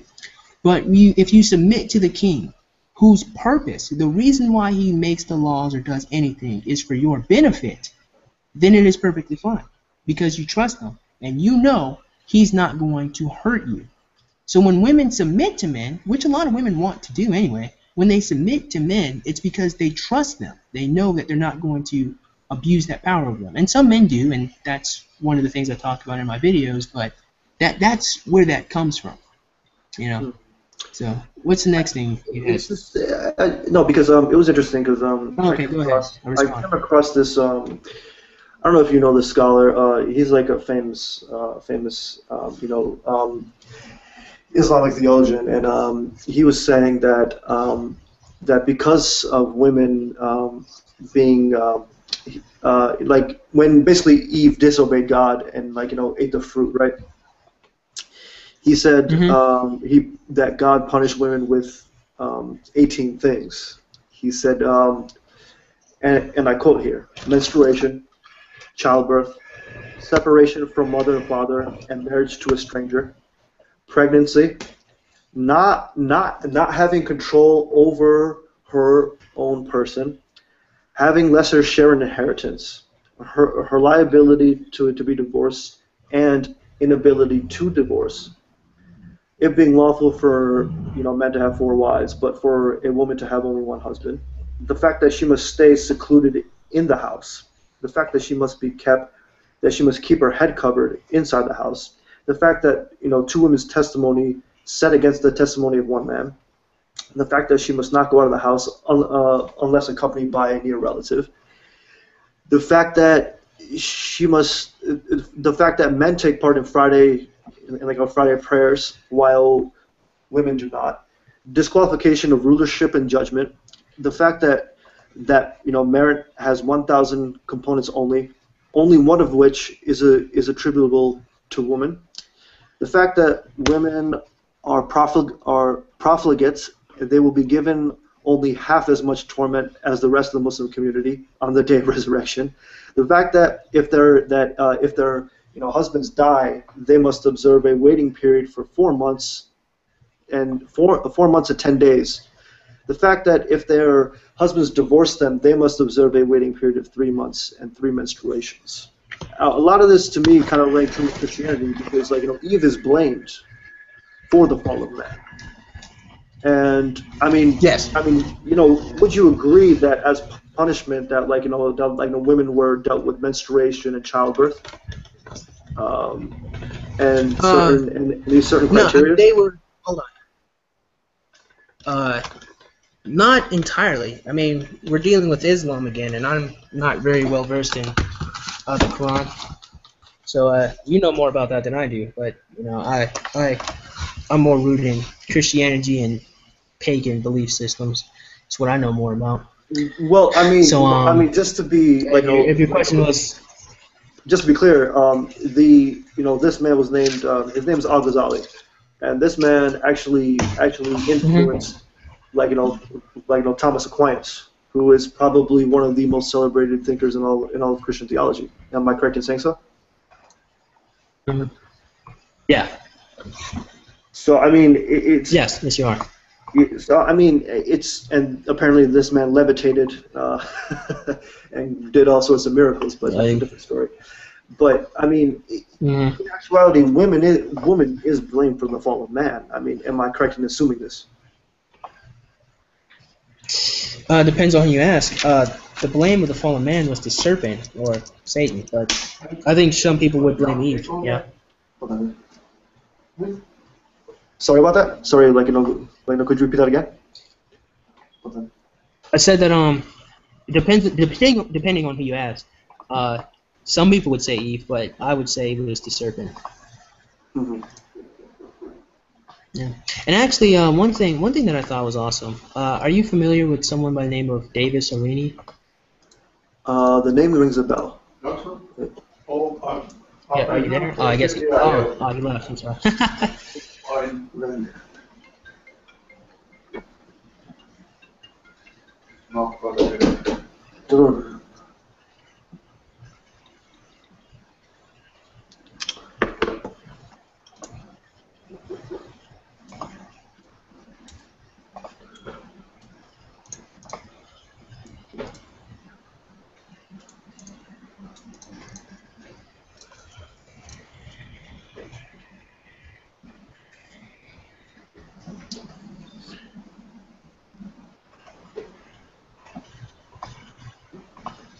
One thing I wish I could find how to unlock the comment section so I can have some people toss in some comments.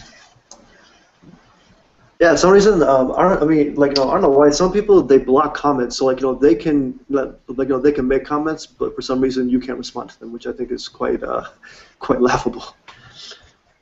I just want to read them to see what people say, but I don't know how to do it. Or maybe it was my fault when I first started this. I don't know. This is my first Google Hangout I've ever done, honestly.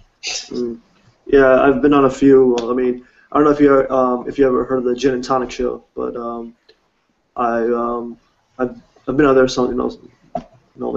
This is a contemporary show about about Islam and all this stuff like that. So that's why I'm actually I study Islam a lot because I think it's the political Islam at least is the biggest threat I think to human beings right now. So politicized religion in general, but specifically political Islam. I would agree with you to some degree, absolutely. To answer your question, I answered your question, but you weren't there. Are you there now? Yes. I apologize for that. Okay, so you said would I blame Eve? I said depending on who you ask, some people would blame Eve, but I would blame the serpent. That's what I would blame. Mm-hmm. And then I asked you, are you familiar with someone by the name of Davis Arini? Yeah, the name rings a bell, but I can't put a. How do you spell his last name? Aurini. Okay. Because for some reason I'm thinking author for some reason. Well, he is an author, yes, but He's an author, yes. Okay. he makes he makes fantastic videos. Anyone listening, go check out Davis Aurini. I put him in my featured list for a reason. But yeah, he made I think he made 5 videos on theology, and the very first one was in the Garden of Eden. So I think you should check that out. Is there any way I can post that video up for people to watch right now, or it's my first time doing this?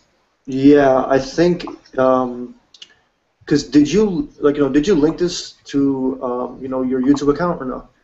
Yeah, this is my YouTube Yeah, account. so if you go to the comment section, you can just post a link, I think, there. Oh, okay. Yeah, I think that's the best way to do it.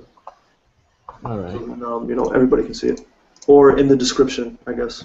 Either way. Yeah, I guess I'll put it in the description so they can see it. But basically, what Davis was talking about in that first section was the Garden of Eden and the fall of man. So it's pretty much, I guess this is his interpretation, but I agree with it wholly. Was the problem that Eve had was that Eve did what she wanted to do, but she allowed herself to be tricked into doing it. It's basically the first part of that. It's that Eve knew that doing it was wrong, but she allowed the serpent to trick her into doing what she already wanted to do, and she acted in the sense of a child, and that is kind of what rings true for a lot of women. Of course, I talk in generalities because it's easier to do so, but I mean, that's certainly part of human nature inside women is pretty prevalent. I guess in my personal life, I've seen a lot of women kind of get tricked into doing something, and they already wanted to do. It's kind of like with I think sex might be a good example. Because if you straight up ask a woman to have sex with you, they'll either get offended or they'll say no. But if you come on a little more aggressive, not rape them, do not misinterpret me. I'm not saying you attack them, but you got to be a little aggressive and straightforward, and then they'll give it up to you. And I've talked to lots of women online or my personal life. That's how it is, right? So and I think that's part of the reason why I like the Bible so much is even though it's such an ancient, that's why I like ancient writings overall, because even though they're so old, they still have so much wisdom and knowledge on us as human beings. They still carry a whole bunch of aspects of our psychology, even before the discipline of psychology was even conceived of, right? So that was the problem with Eve. Eve was tricked into doing something she already knew was wrong, but she wanted to do anyway. And I think Eve's punishment was that the curse she had was that let's see if I can read this. Okay, so if we read chapter 3 of Genesis, verse 16, it says, "Unto the woman he said, I will greatly multiply thy sorrow and thy conception, and sorrow, and thou shalt bring forth children, and thy desire shall be to thy husband, and he shall rule over thee." Right. So that was the one scripture where they had the curse of women. And so what Davis Aurini said, and I think this was profound, he's like, the Bible isn't prescriptive, it's descriptive. He's saying that a woman will be ruled over by a man. It's not her choice. She will be ruled over by a man. And basically, and what this happens is, and then I see it too. You ever notice how some women who will grow up without a father will search around for and sleep with a whole bunch of guys just to get that attention from a man? It's that aspect of it all. She is ruled over by men because she wants the attention of her father. When we have the women on Instagram who post a whole bunch of pictures of themselves, they're ruled over by the man. It is the thirst that these guys have to comment and tell them that they're so amazing and beautiful that they lust after. Like, for example, there's this one girl I saw on Instagram the other day. I think she's like fitness or something. And she posted on one of her dashboard things is anyone with any negative comments or any commentary will be immediately blocked. And this signaled to me that she's only doing this so a bunch of guys can tell her that she looks good, right? She's not doing this, just to post pictures. Nah, she wants people to tell her that she looks good, and she's got over 300,000 followers. You know, she is ruled over by a man. That is what will happen. That's what Davis Rini had interpreted, and I can definitely see that in a lot of women today. You know, so that was part of the interpretation. I mean, you can agree or disagree. That's up to you. Yeah. I mean, I definitely think it works both ways, though. I mean, you know, you see guys posting pictures of like their six packs and stuff like that, you know, as well. I think it works both ways. I think that when it comes down to it, is that humans are very attention-seeking, you know, creatures. Is that we want the, I guess you could say, applause or the recognition of our fellow creatures. That we want to be recognized as something special. Yeah, that's true. I think part of that kind of stems from lack of getting it from your parents. Because one thing I've noticed is, of course, I mean, I don't know everything, but one thing I've noticed, even within myself, if you don't get that positive female attention, we men are going to seek that out somewhere else. And the same way with women. If our mothers aren't affirming us, if our fathers aren't telling us that we're doing good, we seek that admiration from other people. But from the homes that had fathers in there that told their daughters they can do great things. I had a friend of mine, you know, she's been living with her dad for a while. Her dad only does nothing but support her. You know, she's got her own job. She has 2 cars. She's living life pretty good right now. You know, on the other hand, I see some of my other friends, they're depressed, they're bumpkins, they don't do shit with their lives.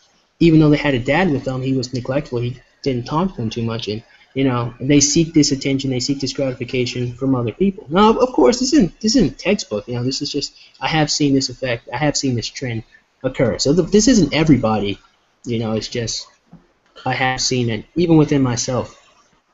Yeah, I mean, I can testify to like the you know, opposite end of that spectrum where you know, I went to medical school and I was surrounded by a lot of my own people, and some of these fathers would tell their daughters, and I knew one of them, and this girl, she told me that before she before she left on the plane to come to medical school, her father said to her, and I can almost quote it like you know verbatim, is that he said basically, sweetheart, if it doesn't work out, and you know you can't complete medical school, we will find you a nice guy to get to get married off to.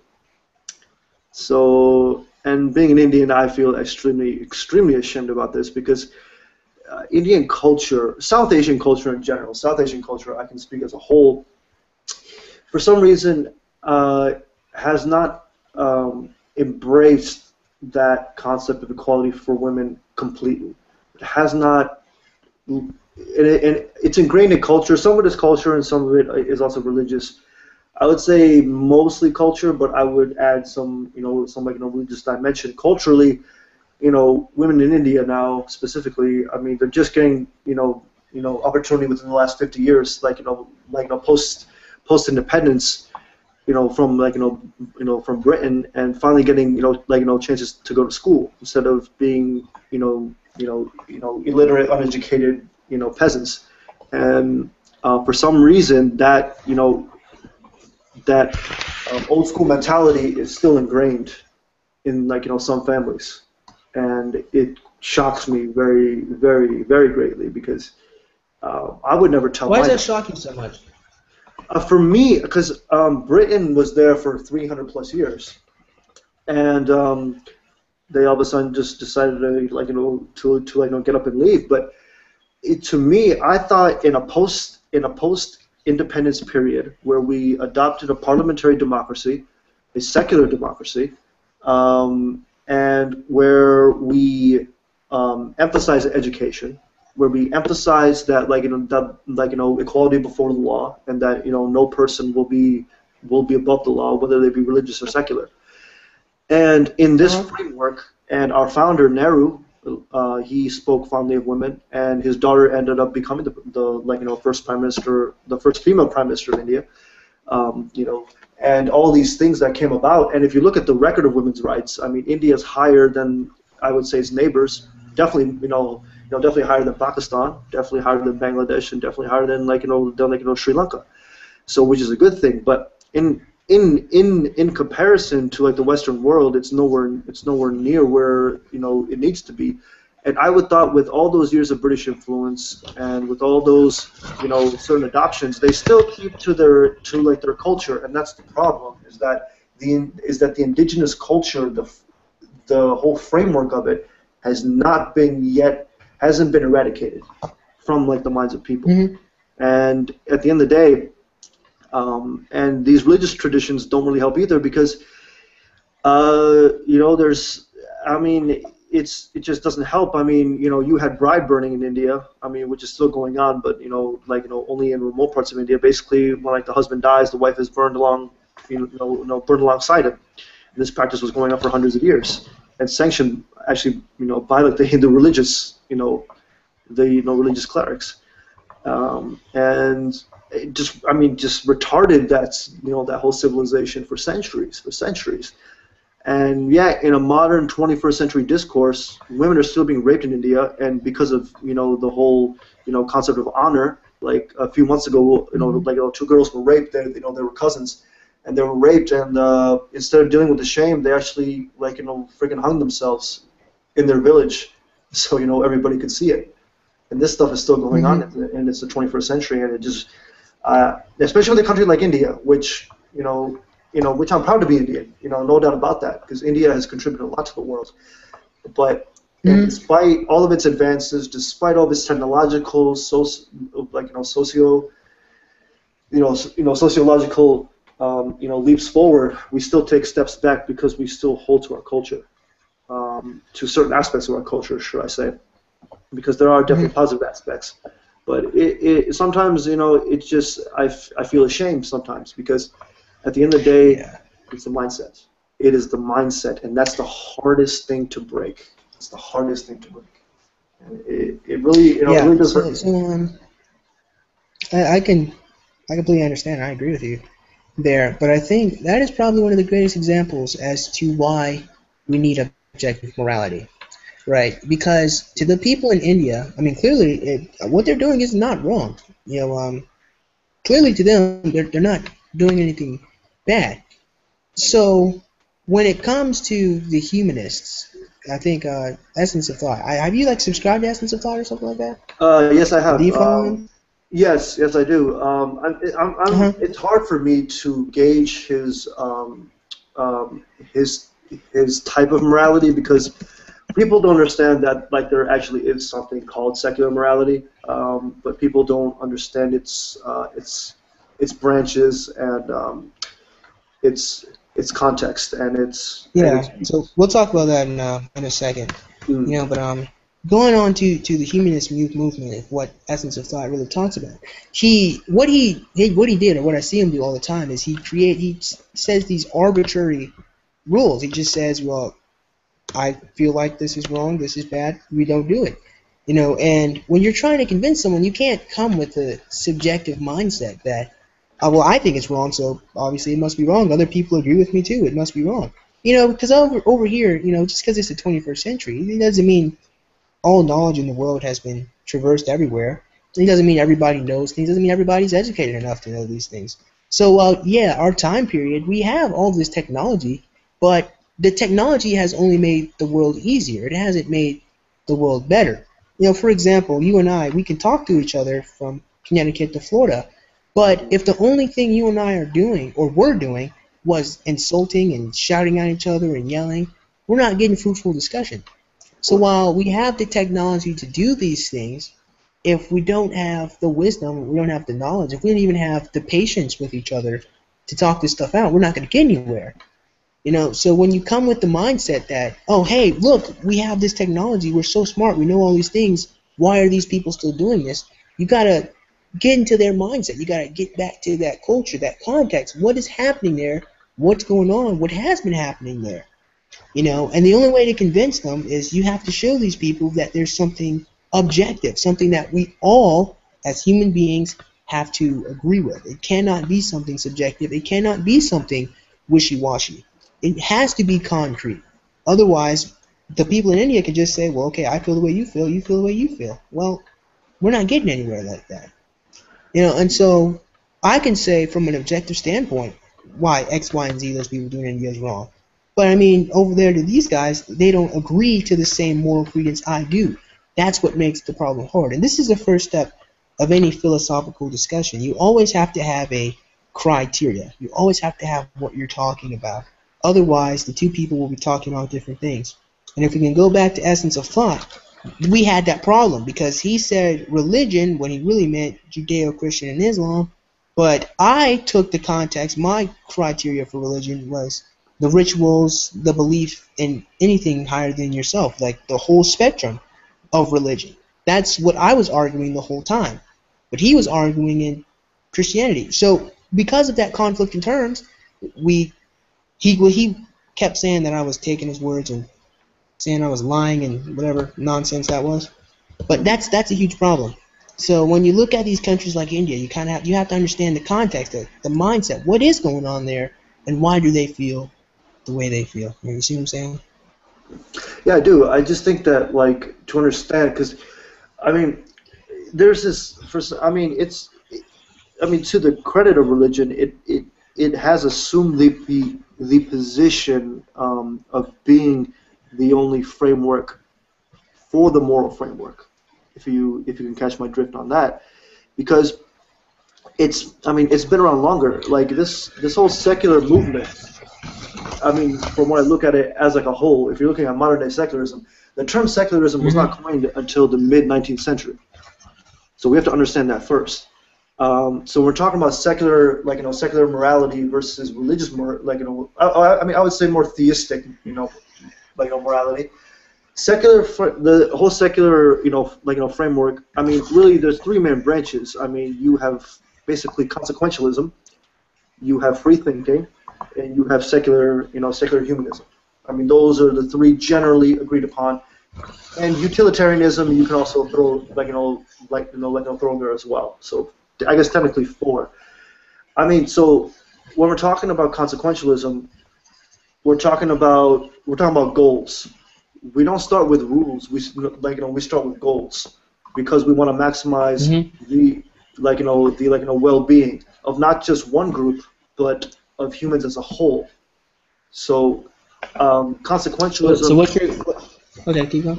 So consequentialism. I think Sam Harris says it best in his book called the Moral Landscape, where he says that that what we can deem as morally good will be in correlation and will be directly related to the well-being of conscious creatures. So not only the good is determined by I guess its effect on people as as a whole, regardless of race, caste, color, creed, etc. So actions have consequences, and hence we have consequentialism. Is that well? Let me ask you a question. So in that type of morality system, I've always wanted to talk to somebody about that. It's a good time. But okay, so you say well-being. What's your criteria for well-being? What does that mean?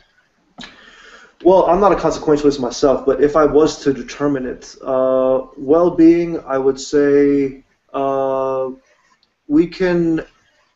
I'd say like this: well-being.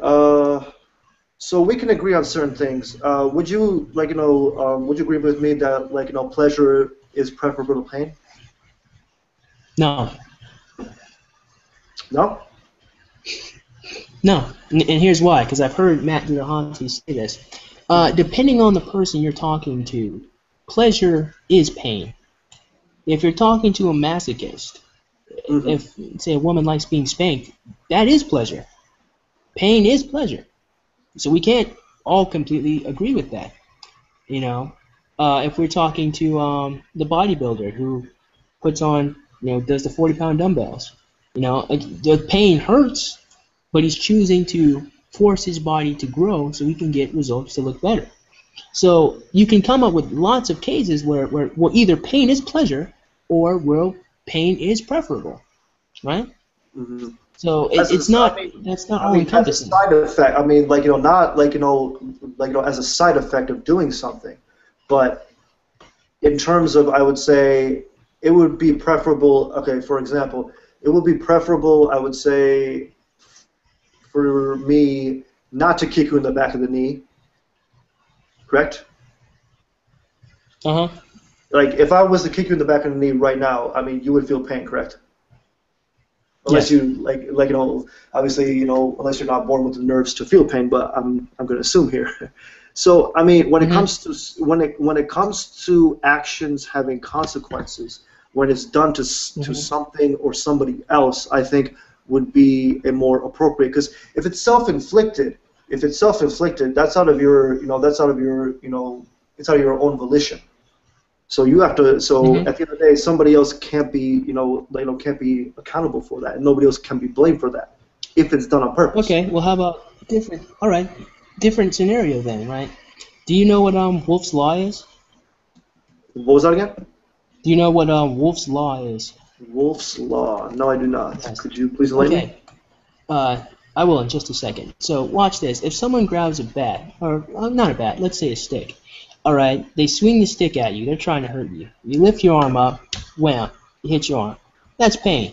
That hurts, right? Mm-hmm. So what Wolf's Law is our bones are made of these little beings called trabeculae.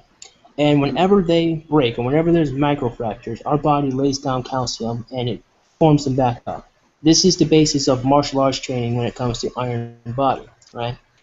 So even though that action of the guy hitting your forearm with the branch hurt, it caused pain, something good now comes out of that. And it was a good thing that he did that. Now you get stronger. The same way when someone calls you mean or bad names, like I was actually just recording a video for this, where a bunch of people were calling me names and insulting me on Essence of Thought's page, and I thought that shit was hilarious, right? Mm-hmm. So the people in high school used to pick on me a lot, and it was because of that. It is because I've dealt with that pain and recovered that I have thicker skin, that I'm stronger. So now I can even laugh at what they say. So even though pain can be a bad thing, great things can come out of said pain, right? Mm-hmm. And again, this kind of goes back to the whole morality has to be concrete, because pleasure preferable to pain is not concrete, right? So, you can keep going after that. That's one of my objections to it. You can keep going. Well, I mean, that's just like, that's like, consequentialism in of itself. I mean, utilitarianism falls under, I guess, the same branch as that, just trying to maximize, like, pleasure, like, preferable to pain in, like, Mm-hmm. the, broader sense of the term. So not just for one group of people. Yeah. And then we have free thinking, which I would like, subscribe to myself. Okay. So I'm Based going to off. stop you there. What exactly is free thinking? I've never really understood free thinking, honestly. Can you explain that to me? Free thought. Well, free thought in general is just, I would say, a philosophical viewpoint. Basically, truth should be formed on the basis of logic, reason, and empiricism. Basically, Yeah. is So what couldn't anybody it be a is. free thinker then? Yeah. Well, then couldn't I anybody be a guess, free thinker? but you would have to supersede reason with, like, authority, tradition, dogma, and, like, and like, revelation. So in essence, reason and revelation are actually incompatible in the free thought, viewpoint. In my view, at least, I don't think it's compatible with Why? the. Honestly, reason and revelation, it just doesn't bode well. I think that dictatorial, permission to do something is different than, using your mind to determine something. I think it's Mm-hmm. Okay. completely different things. Because in my, coming back to the whole thing, I think that revelation in of itself is a command. It's not an option. Um, it's not a choice. It's not, revelation. See, I think that's the misconception. People think that, for some people, they think that, revelation is a choice. But in my view, I think it's more of a um, I guess you could say, command to do something. Mm-hmm. Okay. So whatever God commands of you, for instance, for general, freaking mutilation of kids. Now, Mm-hmm. can anybody base off? Would anybody do that if and I'm speaking of infants. I'm not speaking of grown-ups. Speaking of infants, would anybody do that to their son or daughter if God wasn't telling them to do that? I wouldn't know. And that's the example I But usually give. I mean, that's the example I usually give is that mhm. the genital mutilation community is entirely faith-based. More like we're talking of freaking infants. So there's certain things that within the realm of reason and in the realm of revelation, they just don't match up. So yes, I would concede that maybe a free thinker could, could be a deist, but I don't think you can be a free thinking theist. I think that's two different things, to me at least. I don't know. I disagree. I think you can definitely be a free thinking theist based on what you just said. Because and even then, even with reasoning is not the end all be all. Obviously not. You can't just say we believe in science, rationality, and reasoning. Especially that's one of the things I hear a lot from a bunch of the anti-theists. Is that this is what we ascribe to, and yet they are equally as emotional as any regular human. And that's perfectly fine if the credence wasn't reasoning, intellect, and rationality, right? If they just said we're normal people, then I'd be like, okay, you can be as emotional as you want, but you can't you can't say you have to be rational and you're not rational yourself. But even with that being said, you cannot get stuck in the left brain. You can't get stuck in that I can only reason everything. There is no emotion. There is no irrational. Because that's not true. That's not human beings, right? Yeah, David Hume did make that argument. I mean, him being, I would say, I don't know. Some people say that Hume was a deist. I would say, he definitely wasn't a theist. So, but Hume said that reason ought to be a slave of desire. He said, and so human desire does actually come into it. I would say, because after all, human beings are selfish. Human beings do think of themselves a lot of the time. Well, actually, one thing that I've noticed, and this is one of the great things about women, is that when they have children, women that really love their kids are not selfish. Women are some of the most self-sacrificing people in general. Like when they really are invested in their children, at least. Of course, you're gonna have the selfish mothers. Obviously, they get discounted. But the women that really care are not selfish creatures. They do anything and everything they can for other people. So I somewhat disagree with that. I don't think that's not all encompassing of human beings if half of them don't ascribe to that. Yeah, I just think, in my view, though, when it comes to free thinking, the fruits of its labor have been shown and have stood the test of time for me at least. Especially when it comes to the American free thought movement. When it comes to men like Thomas Paine, who I regard as a great thinker and a great someone who I aspire to be actually. Thomas Paine really got that moving. I would say he's the unsung founding father of this country, and people don't give him credit for what he did. That he was the one that set everything in motion. With his pamphlets, with his tracts and everything. And it's unfortunate because after he wrote his Age of Reason, he was basically shunned by pretty much everybody. Most of the founding fathers shunned him, and only 3 people showed up at his funeral, and all because he wrote a book that disagreed with 96% of the population. So wow. And it's pretty harsh. I mean, he makes some. I mean, obviously, he did make some harsh statements, but somebody wrote a tract back that actually responded back to his claims. It was called I believe it was called the Age of Revelation. I forgot the author, but he responded back, and he responded back in his own way. So people just pretty much shunned him, but at least one person had the sense to write back and try to refute his claims and try to have a open discussion.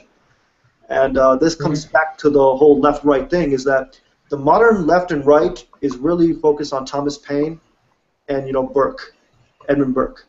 And this is where the modern divide comes from. And while for me, I agree more with Paine, but I do see it in some of Burke's terms as well. So I don't completely shun Burke. I agree mostly with Paine, but that's why. I'm not really like I can't say that I'm on the left anymore. I believe Hmm. leftists become too self-hating and too self-critical to the point where they don't look at the world that they're living in. They only look at their bubble and they don't look at what's going on outside. You know, Yep, and I think that's true. that's the issue for me, especially when I see these feminist groups. I mean, who's protesting what's going on in Saudi Arabia right now? What's happening to women, where women can't drive, That's, women yeah, can't vote, exactly. and yet women enjoy in the West the freedoms and the rights. Granted, we took a while to get there. Even I would concede that, and there were a lot of hindrances in the way. But we in the West here should celebrate that fact. We should celebrate suffrage. We should celebrate women being breadwinners of the family. We should be celebrating that the women are having positions of power now more so than ever in the West. But the narrative is Hmm. always it's self-hating. It's not America, enough. Yeah, it's we, more. It's not enough. and just like what's happening, within Iraq right now. Who is protesting? Who is protesting ISIS right now? All the protesters are what? Anti freaking Israel. Why? Because of Jew hatred. Plain and simple. And it boggles my mind. I'm like, where are the protests for the Christians living in Iraq? You know, for all those minorities that are suffering, whose women are being raped, whose children are being killed, who are being systematically slaughtered, and yet people come out and have the gall to say, oh well, Israel is committing war crimes. I mean, even though I disagree with that statement, which I think Israel is actually defending itself from a terrorist group called Hamas, but that's a different story for another Hmm. day. But this whole narrative has changed, and we are not addressing the problems. And for me, being a free thinker, I mean, really helps me see that because I see it from a sober perspective. Because I felt like before I used to make excuses. I was like, oh well, it's part of their faith, so I have to respect it. I'm like, I'm not gonna Oh no, now. I can completely discount that. Bullshit. Exactly. I When it comes to don't, polygamy, I'm like, polygamy is a misogynistic practice, plain and simple. exactly, and that's what I'm saying. You can definitely discount bullshit from bullshit when you're when you're Christian, when you're theist, when you can do that. There's nothing stopping you from being able to look at anything objectively, and that's why I say I think anyone could be a free thinker if they had some humility to admit when they can be wrong and can have the patience to have discussions with people. That's why I disagree. I feel like anyone can do it. Anyone can be objective and can talk and have a nice conversation. Like Of look at me course, and you. We're talking right now. Nothing's wrong.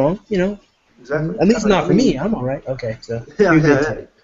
Well, yeah, of Okay. course. I mean, this whole concept of militant atheism, and I mean, I understand when people first get deconverted or when they commit apostasy, they're obviously mad at first because they felt that they've been lied to their whole life, which is obviously natural.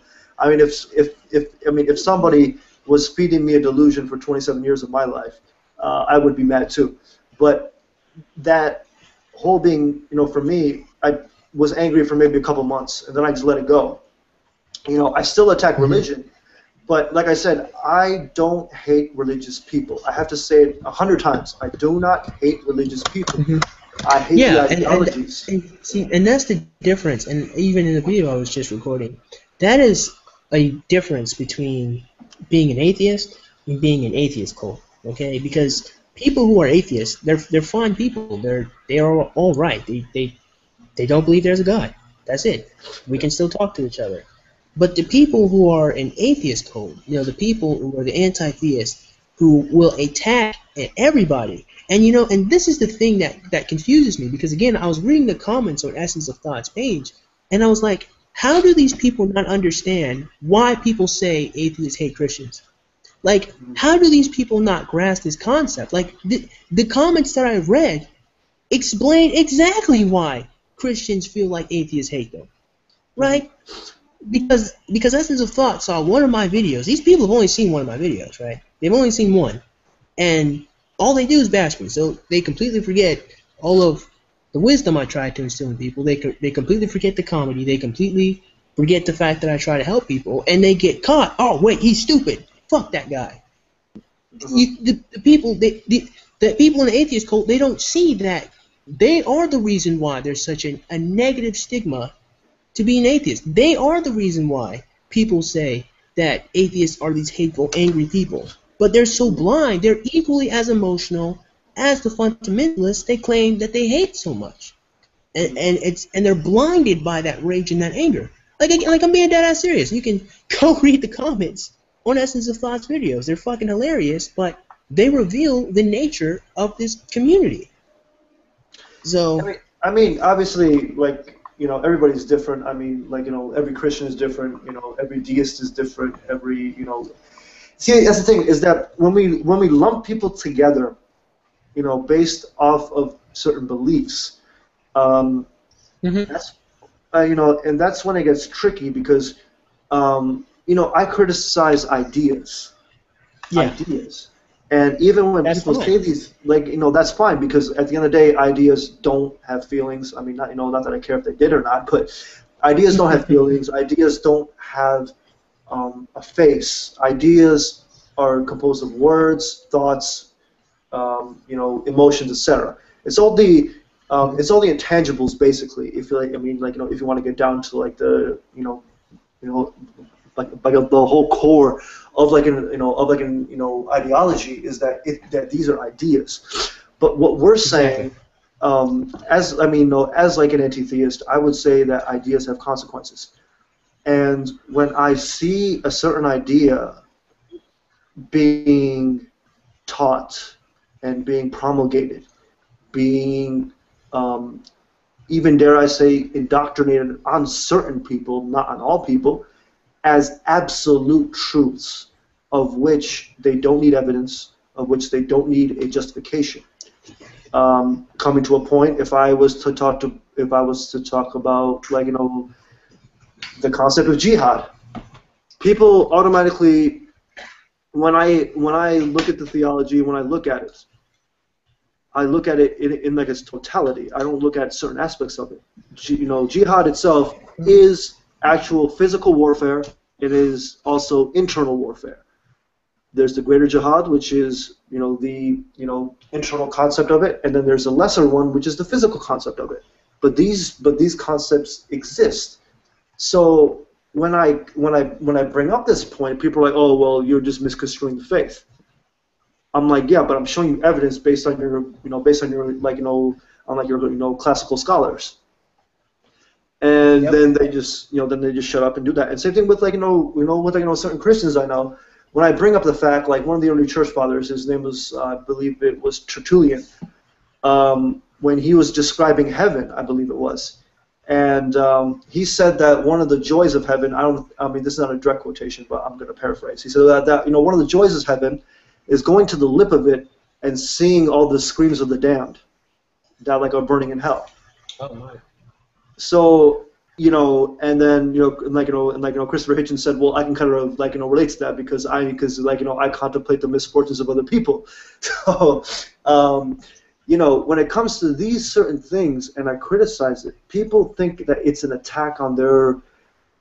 It's like I've committed blasphemy of the utmost kind, and I deserve to be punished, or like I'm gonna go to hell for just even criticizing it. Like when I come across these people, these certain believers who take it so personally that when you criticize their core beliefs, it's like you've committed an unforgivable sin. And I'm like, no, I'm challenging you. I'm questioning you. Why do you believe what you believe?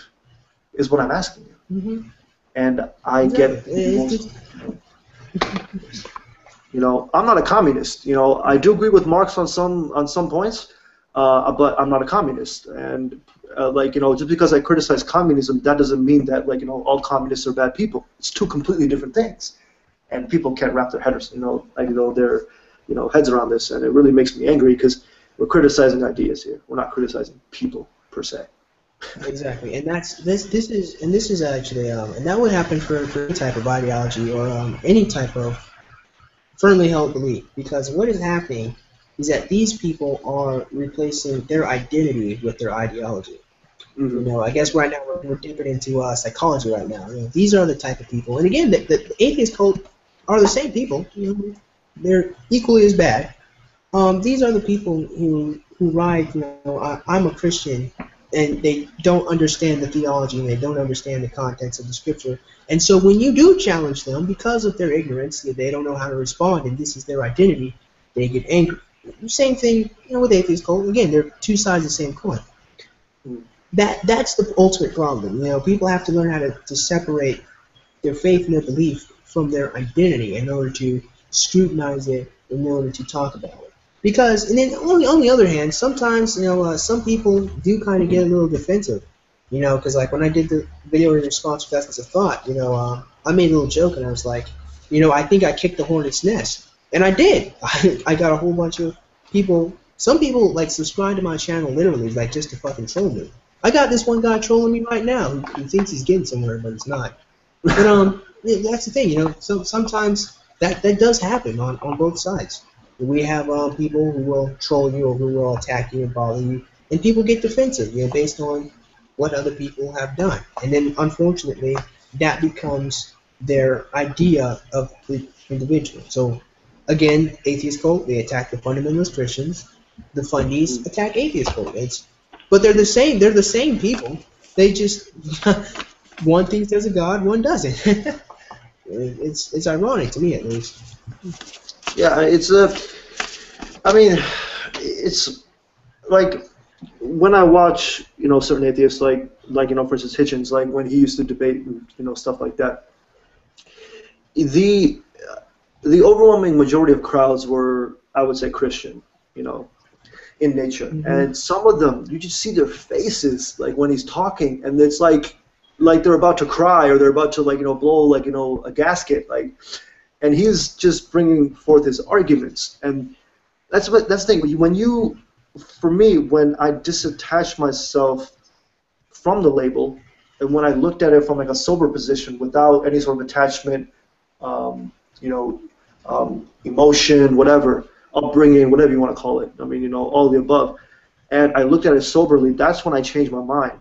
And I think that if you can do that and still believe something, whether, I don't care if you know, if it's theism, deism, you know, whatever. If you truly believe it because that's what you believe, and you know, after examining everything, and Mm-hmm. you still believe that, fine. You know, I have no problem with that. But, you Mm-hmm. know, understand that I do have a like, you know, have a right in, like, you know, to voice my opinion, to share my thoughts, to share, you know, like, you know, to share my ideas. And I think that this is a great platform, like, you know, that, like, you know, you and I have right now, is to share our opinions and to get certain things out in the open, and we can agree to disagree, or we can agree on certain points and disagree on certain points, and, you know, we can get our, like, you know, get our thoughts out there. And I think that's what we need to start doing, is having a dialogue, really. And the first thing Yeah. should not be, you know, attack, attack, attack, attack. Our first thought should be engage, and let me reach out, Yes. and let me see why this person believes what he believes, and then talk it out, and like, you know, see what happens. You know, and I think Exactly. that this first knee-jerk reaction, like, I would call it a reactionary, you know, reaction, if you will. The first thought is just to lash out, just lash out and lash out, instead of, you know, starting a discourse. I think that's where we're running into trouble, because we're shutting people down, we're yelling, you know, calling them, you know, stupid, idiots, blah blah blah, this and that.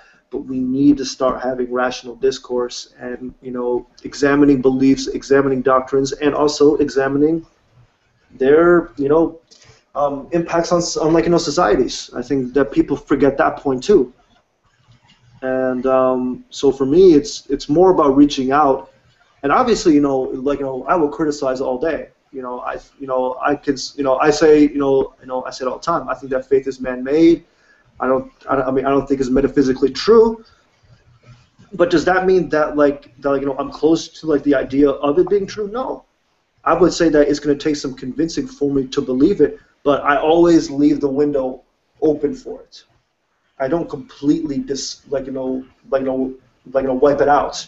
No, no matter how maybe implausible it is, or if even if it's if it's irrational, if somebody can provide me proof, evidence, logic, argument, and sway me, then it could be possible. And I always leave that door open. Mm-hmm. But I feel that many believers and many non-believers make the mistake of closing their minds automatically before they before they even approach the discussion, which I think is wrong. I think having an open mind is probably the greatest thing that we can do as as human beings.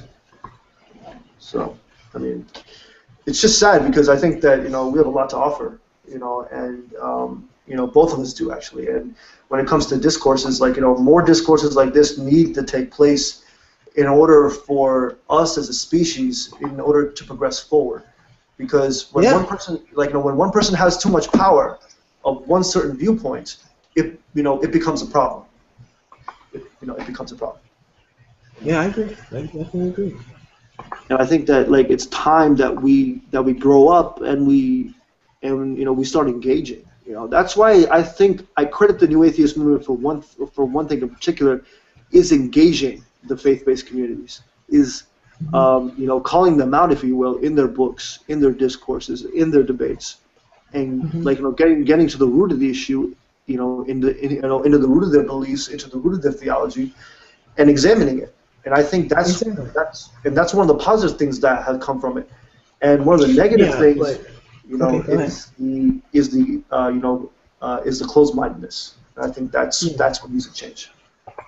Yeah, I think another negative aspect to it all, and now this is certainly something I try a lot on my channel, is the name calling, the insulting, and just the abrasiveness that some of these people carry with them. Because again, we're going to take Essence of Thought, because he's a great example of this. At the end of his video, he didn't even defend his conclusion. That's the worst part. Second part is, he just starts going with the name calling. You're an asshole. You're stupid. You're foolish. And I'm like, if you want to convert these people, you want to help them out, but it isn't hurting someone's feelings to make them see through the bullshit. Because there's a difference between telling somebody something they need to hear that might hurt them.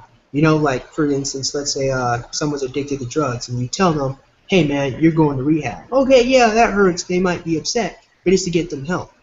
But it's another thing entirely to just start bashing people and calling them stupid, because you're not helping anyone with that.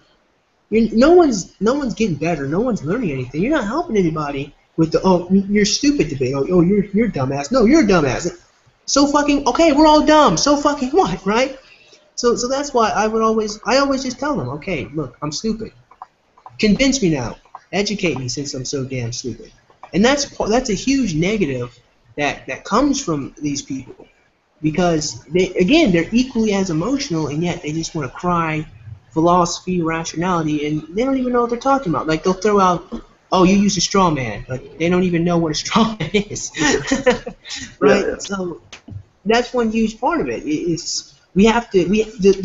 The most important thing is we have to be honest with ourselves and with everybody. If we keep lying to ourselves that, hey, I'm smart for not believing in something, well then, again, like I've been saying, you are equally as bad as those fundamentalists we hate. Yeah, and that's my problem is I believe, even myself, not being on the left anymore, the Republican Party has just been taken over by these right-wing religious people. And when its original base was not like that, if you look at men like Barry Goldwater, for instance, who saw this coming and who spoke out against it, and who spoke up for gay rights, who spoke up for so many good things, and yet the Republicans, for some reason, I just don't understand why they even need that platform when a lot of them, these guys are just are so literalist and so unflinching in in their belief. It shocks me that some people share platforms with these people, and that's why I'm more of a libertarian. I feel like the libertarian movement is more is more secular in nature, which I definitely do, I definitely do agree with. But I, for some reason, some people on the right, they bring their religion into their politics, and it guides every little thing that they do within their life. And I'm turned off by it, but I just can't understand it. For some reason, I just don't get it. If everybody thought like that, again, it'd be civil war. yeah, I think it goes back to the case of that's their identity. They get caught in the that's who they are, and they feel like they're getting attacked because someone doesn't feel the way they feel. Yeah. It's. I mean, I understand that people are passionate about their convictions. There's no denying that. But I think as a nation, we need to do what's good for the most amount of people. Despite faith, despite nation, caste, creed, whatever, we should focus on human beings on the individual level. I think that's the most important thing that we should be doing as a nation. Is focusing on the individual basis, individual liberty, individual freedom, etc. And I think the left has lost this narrative because it's so focused on centralizing power, and that's why I ultimately left that narrative, because centralizing power and giving power to a few people is just not freedom. It's not freedom. It's not what Jefferson espoused. I'm an advocate for Jeffersonian democracy. So that whole leftist narrative is basically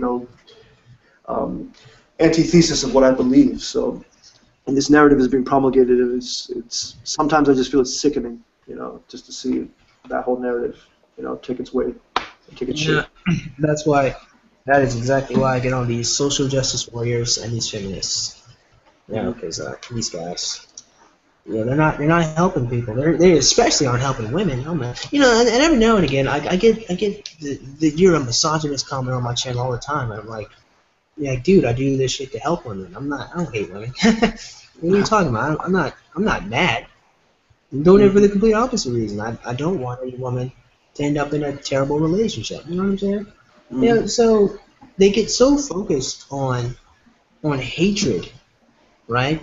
They get so focused on oh, you hate me, you're oppressing me, you're oppressing them, and I'm like, we're not getting anywhere. Yeah. It's a gigantic hate movement, and it's not just hate on one side. It's not just that these feminists, a lot of the radicals hate men. It's that they feel that men hate them too. It's just nothing but hatred that motivates them, and it's hatred that keeps them back. Yep. No, it's a terrible movement. It's funny to me because women enjoy, just coming back to the Western world, I was like, just look at the facts on the ground. Women are kicking our butts in schools. Women are whipping guys' butts in schools. Women are getting higher positions now. Granted, we haven't had a female president yet, and I'm hoping that we'll break that barrier very, very soon. Women's rights have drastically improved, and I just don't know why this fact is not celebrated in the West. And I keep coming back to this. Just look at the world around you. Look at women being forced to stay in their homes, and they can't go outside without a male guardian. Think about that. Women. But actually, one thing I was I'm sorry to cut you off, but I was thinking about this the other day. Have you ever watched a couple of feminists talk about street harassment and talk about X, Y, and Z? Yeah. They'll talk about catcalling and all that, or they'll talk about how they're scared of being raped. Well, then I was like, but wait a minute, hold on. This is the exact reason why the women need the male escort. The catcalling, that's the reason why the women wear the burqa. They wear it so they don't get those types of catcalls or get that male attention. So these are two sides of the same extreme. The solution to that problem was the male escort and the burqa. But the feminists don't even realize that, right? They don't even understand different types of cultures. They don't even understand that the problem that they're bitching about. And it's crazy to me that they can say what they say and do what they do and really think that they're helping people. I really think that they're getting somewhere in this movement that just is all about hatred. Just everybody hates them and they hate everybody. It's ludicrous to me. That's exactly why I even make those anti-feminist videos. Yeah, I mean, like I said, they need to go back to their roots. They need to go back, to the original, um, struggle, and go back to Susan B. Anthony and all those, all those great women, and just look at them and try to emulate that, and get back to like the roots of female empowerment, of women's rights, because what it's turned into is that basically men are bad, and they need to be punished. Yep. And for me, I'm like, wait a minute. I grew up in a majority household of women.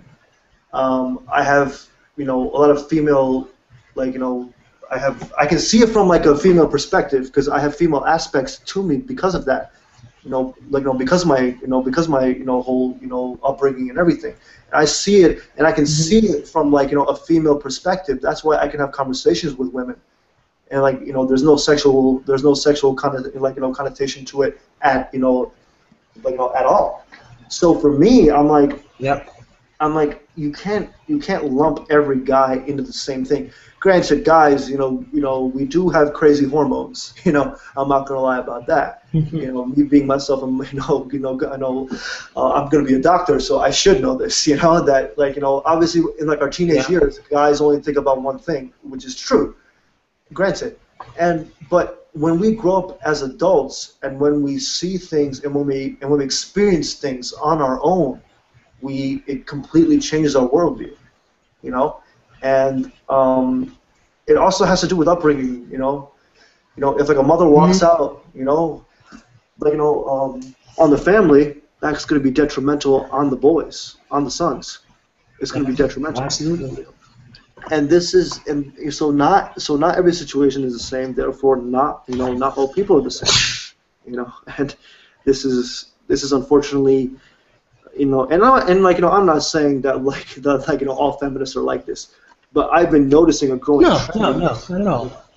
I've been seeing a growing trend in this, and for a guy like myself, I've never struck a woman before. I've never raped a woman. I've never done any of that, and for me, it's being being raised in that environment really inculcated, really put that within my brain.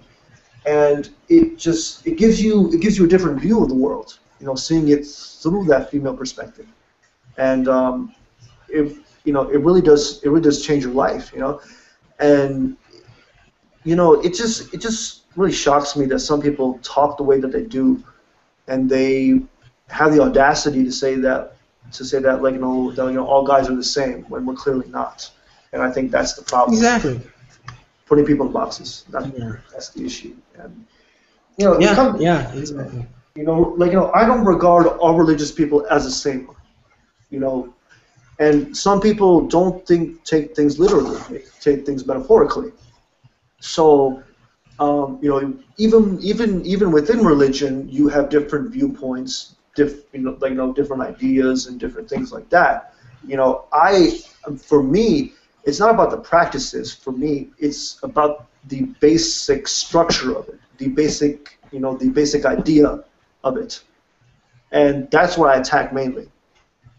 And people just don't seem to understand that point, and they think I'm attacking the person, and when that's not the case. Yeah, exactly. That's what happens when This is one thing back in the day. I think ninth grade. I had a teacher by the name of Mr. Binyard, who one thing he drilled into our heads was subjective and objective. And I don't think a lot of people, get taught the difference. They don't get taught that when you enter a discussion, you have to try to be as objective as you can. You cannot be subjective. You have to take a step back and look at the goals and look at the problem and look at what's actually being attacked. And of course, every now and again, you're going to get somebody who tries to throw in an ad hominem, but for the most part, if both people are being objective, we can get to the next step, or we can both learn something from each other. Even if we don't always agree, we can learn something new. See what I'm saying? Mm.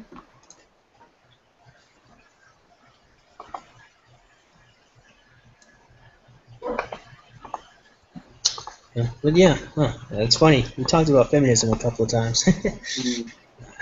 Dang. But yeah. Is there anything else you want to talk about?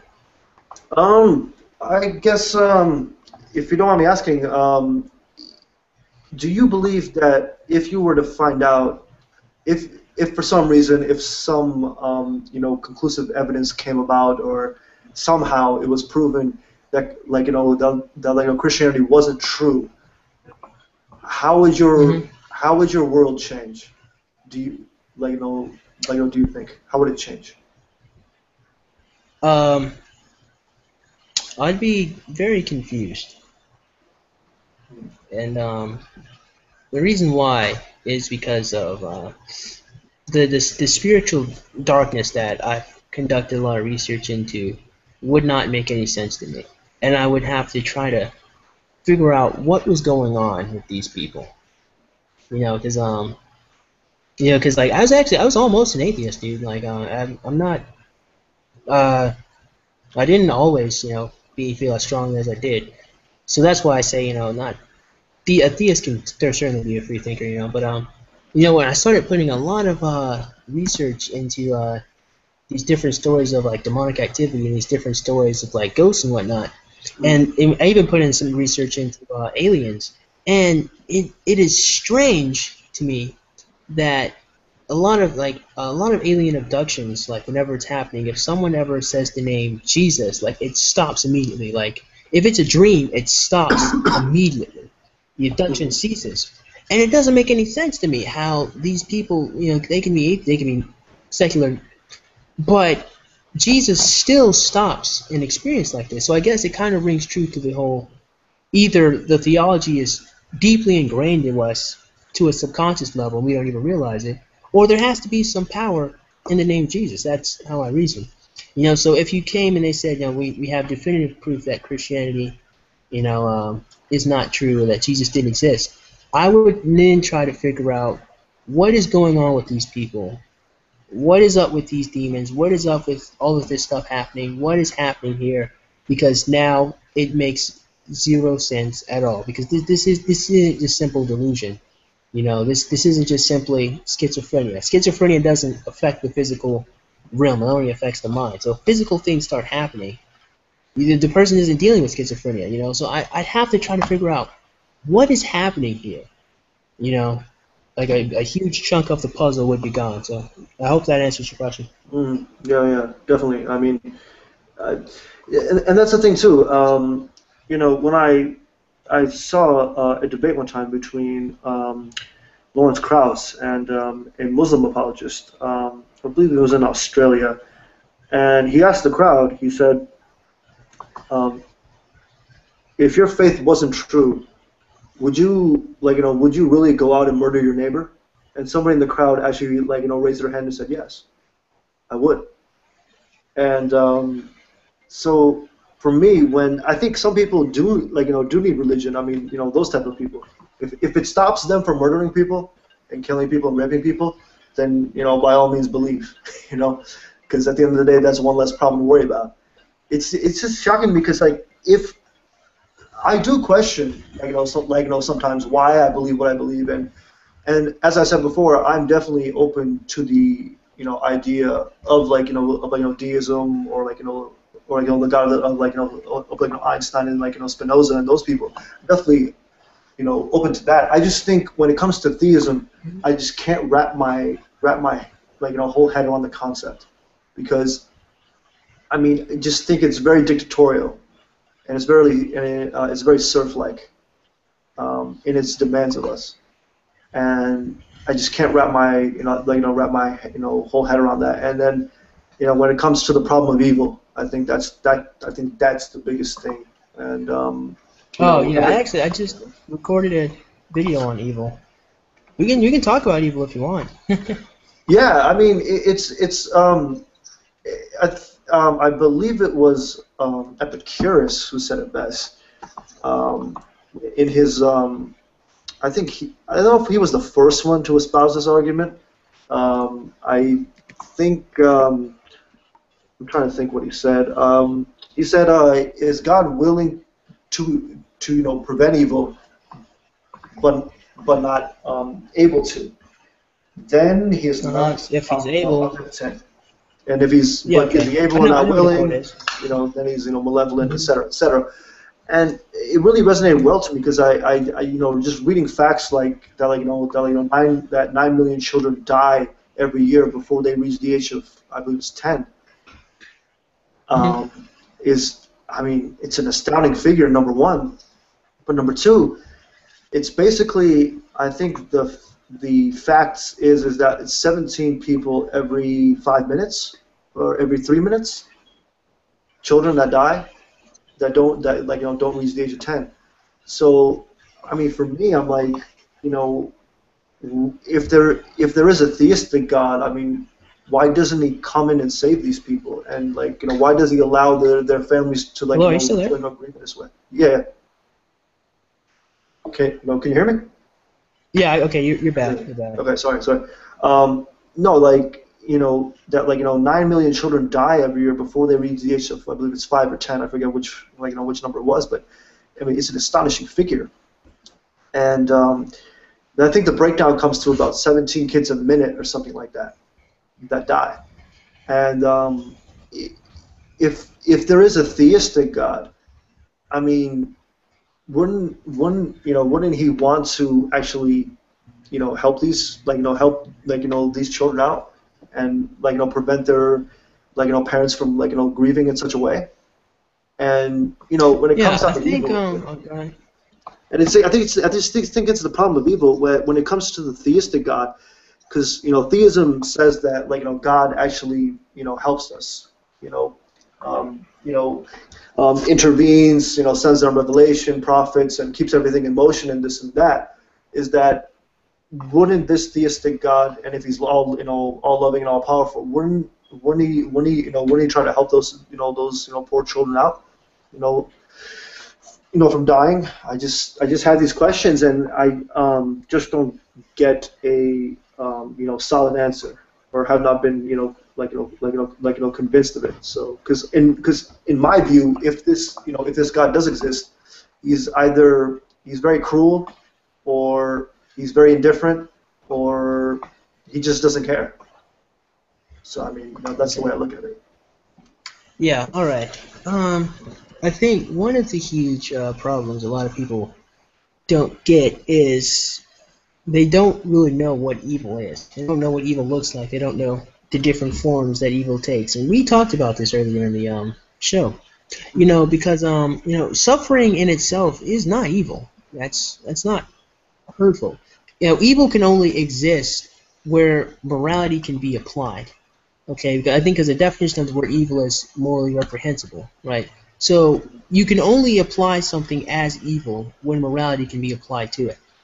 So if a tornado comes and it destroys a couple of houses, the tornado is not evil. It's wind. You know, and what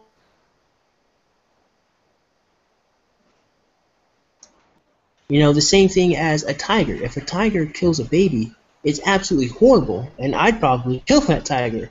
But the tiger isn't evil. The tiger doesn't have a moral code. So only something that can consciously have a moral code can even be evil.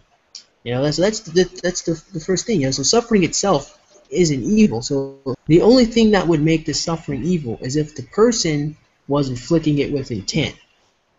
So if let's say I had a whole bunch of food and I was the king, and I could definitely feed these people, but I want them to suffer. Well, that's me being evil. If we don't have the resources to help these people out, well, no one's evil. It's just we can't do that. But the thing about evil is that it always comes from a place of weakness. If you take a look at greed and gluttony, it's that the people can't control themselves, right? So evil can be defeated with good very easily. We can defeat evil. Evil can go away. We already have the power to destroy evil. It's just that, one, we can't recognize it, and two, we don't want to see the evil in ourselves. A lot of people want to be moral faggots. I mean, let's be honest. A lot of people want to be self-righteous, and they never want to be wrong. People hate being wrong. So we can't see the defaults in ourselves. So we definitely can't see evil in ourselves. And that's why we can call, suffering, all this bad stuff, evil. When really it's misfortune, yes, but it's not evil in the sense of morally reprehensible. So a bunch of children dying from starvation itself is not evil. It's bad, and we can fix that. That's the worst part of it all. We definitely could fix it if the people in America, or if we elected people who gave a fuck about us, we could definitely get the food drives. We could definitely fix it. It is a problem that can be fixed. But because the people in power are selfish, they are evil because they're keeping the resources for themselves, right? So evil can be defeated very easily. But when you have the evil people in power, well, they're controlling the narrative. So we can keep going. So if someone drops a bomb on a bunch of people, they are evil. They dropped it with the intent to hurt and harm and kill these people. But if a volcano erupts and thousands of people die, well, the volcano, it's just really hot rock. It's not bad in itself. It's just caused something horrible happening. You see what I'm saying? I understand that, but like, Okay. when there was an archbishop, I believe it was in Haiti after was it a tsunami or was it the earthquake? I believe I it was in think it's Haiti. the earthquake, yeah. Yeah, I mean, he had the audacity to say that, like, God spoke to us here today,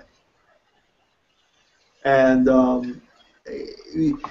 it's it's and this used to happen, like, when floods happen in, like, in like certain parts of England, where they blamed it on, like, wickedness, or that the Jews are poisoning the wells, etc.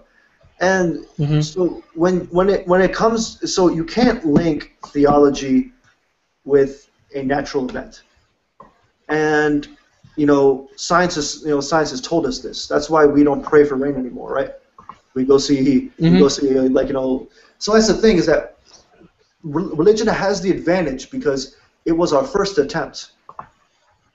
It was our first attempt at, like, I don't know, cosmology. I think, depending on the religion you're talking about, it was the first attempt to understand the world and Well, understand why exactly. things are the way they are. Exactly, but because it was our first, I mean, it was our worst attempt at it, and that's why Hmm. it astounds me that religion still has a grip over people.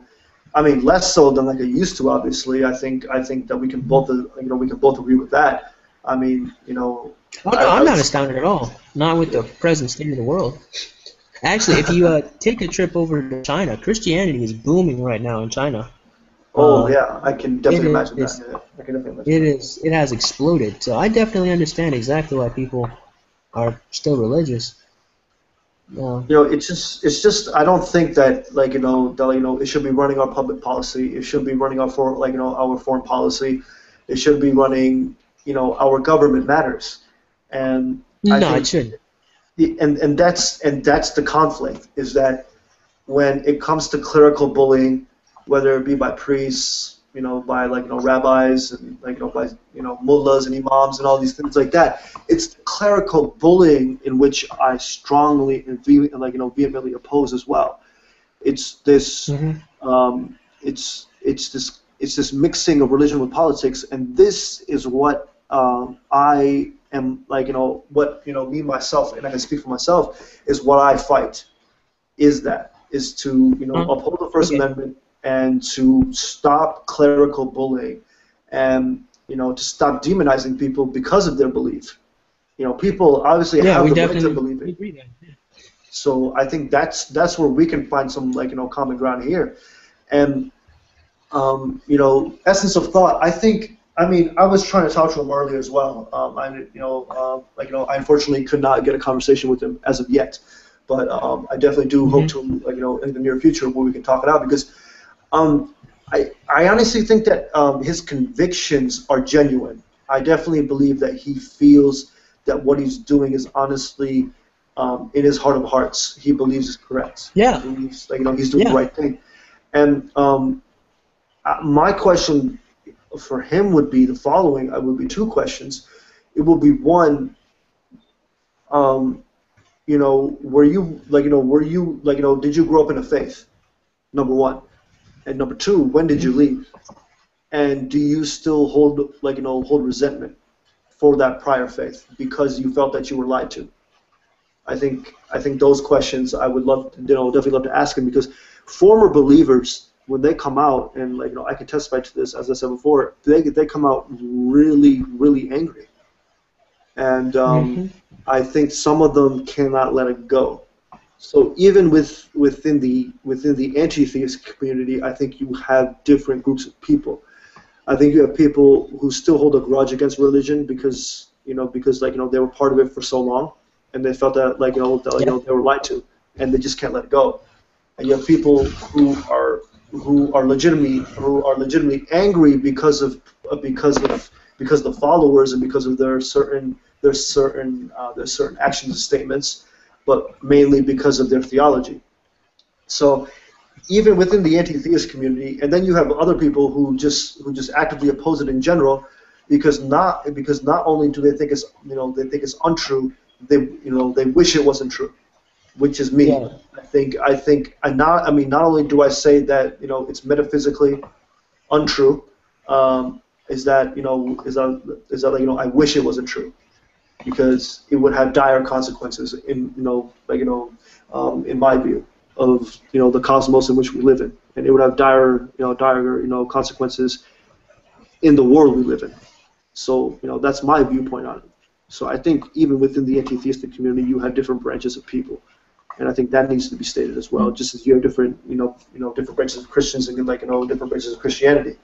So coming back to putting people in boxes, I think that's our biggest problem. Oh wait, give me a second. My dog is yawning. Sure, sure, sure. No problem. Give me a minute. Yeah, yeah.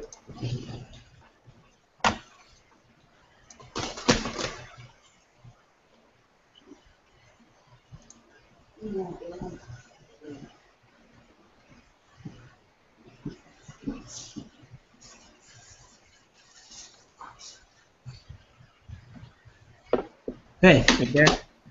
Yep. My dog has to go to the bathroom, so hopefully I'll be gone. Hopefully 3 minutes. I'll try to be back. All right. Okay. Okay, no worries.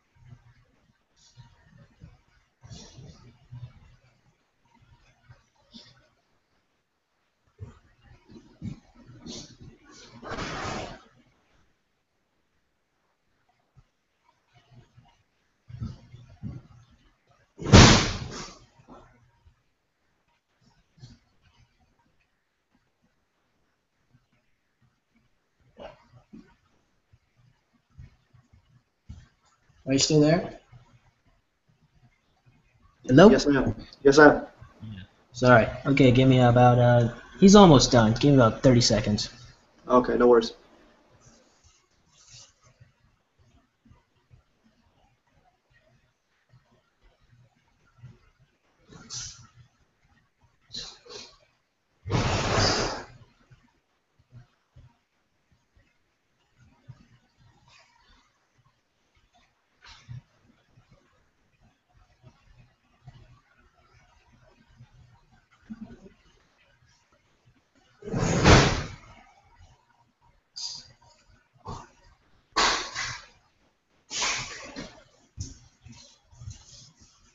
Alright, I'm back. All right, there we go. Yeah. Where were we? We were talking about, essence of thought. Yeah. I mean, like I said, I mean, like either one of two things. Either he came out of faith and is angry, and actively opposes it, or I would say he's mad at religious doctrine and also religious people for the harm that they inflict. So I think it's a double-edged sword. I think it could be a little bit of both. And like I said, I think in his convictions, I think he's genuine. Yeah. I do agree that even if we were to get rid of theocracy and to get rid of religion in general, it would be a positive, but it wouldn't solve every problem we have on the earth. But I mean, I said it wouldn't solve anything. That was my stance. When I was talking to Essence of Thought, all of his issues that he had, I was saying that even if you removed it, it's not even that it wouldn't solve every problem. It wouldn't even solve the problems he had. That was my primary point. So that's why I was like, I mean, really, I mean, this is how I figured it out. I was like, I mean, for example, let's say there's a guy with a gun and he's pointing at me, and he's like, I'm about to kill you because Cthulhu Chew told me to. Okay, well, let's get the same example. There's a guy who has a gun and he's going to kill me because he feels like it. Well, okay, so which situation's worse? I say, it doesn't fucking matter. The guy's trying to kill me, right? So the problem at hand is the guy has a gun, so I need to disarm that gun. It doesn't matter what excuse he has or what motivation he has. The problem is he wants to kill me. Let's deal with the problem. And when a lot of the people, talk about religion, they talk about it as it being the excuse for harm. And I'm like, I don't care if it's used as an excuse. One, they're incorrect about the theology, and they're incorrect about the interpretation. And two, what difference does it make? Thousands of people died. Let's stop these jackasses with power from killing people. That's the goal. That's what I'm saying. You're trying to fix a symptom, but you're not trying to fix the problem. Is basically the whole thing I was trying to argue with Essence of Thought. Interesting. I just think it's interesting because on one hand, hypothetically, if we were to wave a magic wand and just get rid of theism, I'll say theism in general. Mm-hmm. Yep. The suicide bombing community would be null and void, in my view. Yep. Well, no, not necessarily. Not necessarily. Unless you're talking about the I think Tamil Tigers. I mean, if I don't know if that's the thing. Suicide bombing community did not start as it started with freedom struggle. I believe in Sri Lanka, and the Tamil Tigers use it as a tactic. So I wouldn't. I mean, but now that the war is over, in that country, in my view, it's entirely faith-based. In my view, I mean. Yeah, so I think that particular sect wouldn't do it anymore. But I mean, in World War II, the Japanese would do kamikaze attacks on the Americans when they were flying their planes. So, I mean, yeah, okay. So granted, you're right, and that's what I'm saying. Like, it's kind of the same thing. The analogy I use. I mean, if you get rid of cars, you stop all car accidents from happening. But I mean, of course, that would be the effect of getting rid of cars. So yeah, so you get rid of the jihadists and you get rid of the suicide bombers, but that doesn't necessarily entail that no one's ever going to suicide bomb something ever again, because like I said, the atheist cult members, they don't have a religion, and yet they have the same amount of conviction as anybody else on anything else. So I can see that a lack of religion, a lack of belief in a deity, does not automatically equate you to the most rational individual ever. So Of course, that's of why I'm course, of saying course, it's not of taking it away. course. I mean, of course. I mean, like, being an atheist, I mean, it doesn't guard you from anything. I mean, you could be an atheist and, like, be a sadist. You could be a nihilist. You could be, Yeah. you could be a masochist. Like, you could be a plethora of things. But I think that, like I said before, like, beliefs have like, consequences. And What'd you say? like, I said that, like, coming back to my, like, um, earlier point, is that beliefs have consequences, and therefore, when these beliefs are taught as absolute truths, and absolute actions that have to be committed by by believers, I think that's when it becomes dangerous, and I think that only religion can do that. Only religion can come up with an absolute truth. Um, and absolute. And you were coming to certain relative relative morals and absolute Yeah. moralities. In certain countries, if you commit apostasy, you're killed. If you commit Yep. adultery, you're stoned. If you work on the Sabbath, you're killed. Technically, technically you should be killed. So these are religiously based absolute moralities, and they can never change. They can never be edited unless done so by the by the certain theologians, and I don't see that happening anytime soon. So when we're talking about relative and absolute moralities, when I look at it, if it's a theistic absolute, completely absolute, absolute, morality, I think when it becomes theistic in nature, I don't think it turns into an overwhelmingly positive thing, and something that can be applied to every group of people. So when we're talking about certain certain ideas as being true and being true that cannot be challenged, and it comes back to dogma again, is that when it comes to dogma, I mean, if it can't be challenged and if it's absolutely true, then I don't see any room for change or any room for a certain improvement. I don't see any room for discussion even if it's absolutely true. So for me, absolute morality, if it's based off theism, I don't see how it can change. Hold on. Wait. Are you still there? Yeah, yeah, yeah. Oh, I'm sorry. I thought you cut out. Go ahead. And so, I think that religion, it it's a tool, but at the end of the day, when it becomes like a pack-like mentality, is that the more Hmm. religious, the more faithful a society becomes, the more propensity Hmm. there is for lack of science, for lack of questioning, for lack of opposing viewpoints. I mean, if you look at secular countries today, like if you look at Scandinavia, if you look at Japan, I mean, these are virtually secular countries, specifically Scandinavia, and they have the lowest crime rates. They have the lowest rape rates. So if religion is necessary for morality, how does somebody who is a theist, how can they justify that claim in Well, light of the I can facts just on the say, ground? go ahead and swing over to China. uh, nah, but I guess one thing that we're going to have to again think about. I mean, in Sweden, and I don't know much about Sweden. I don't know diddly squat about its culture, the laws. I don't know.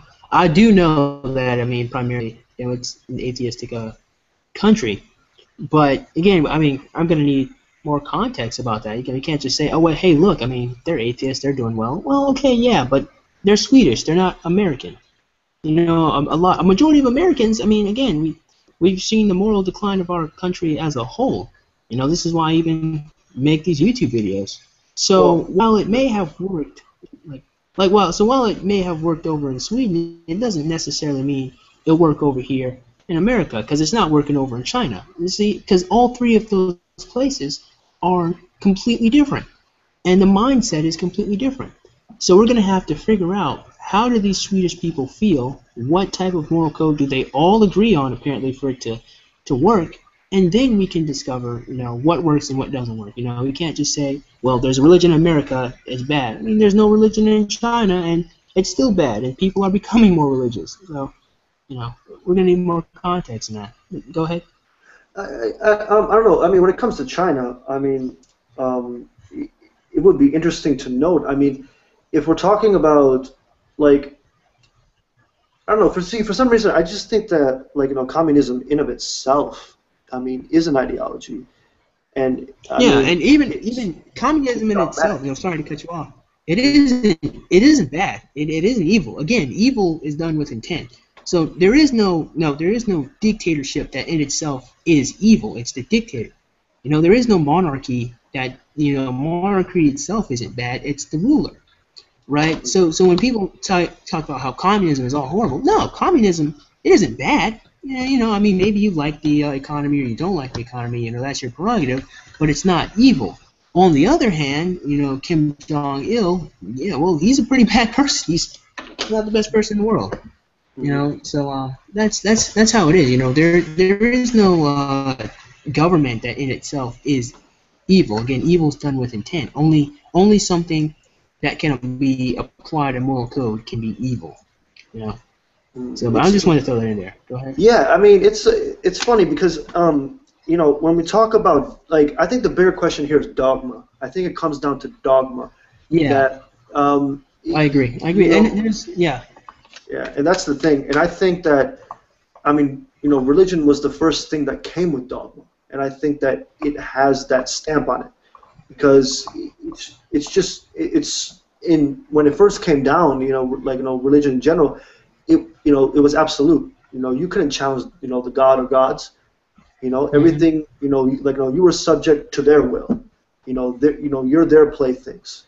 They can do with you what they, whatever they want. And if you end up on the short, on, like, the short end of the stick, oh well, that was in your. So when it comes down to that, so I think dogma. I think when George Orwell, he said it. I think he said it, right on point. He said that the essence of all totalitarianism is theocratic in nature, and I don't think anybody can argue that point, in my view.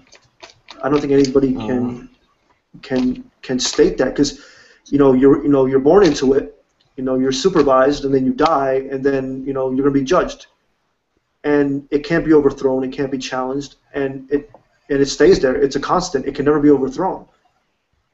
I mean, so to me, it's like, dictatorship, but it's celestial dictatorship, which makes it of infinite times worse. And people think that, like, North Korea is bad, but at least with North Korea you can die, and that's it. It's over. But with theism, death is just the beginning.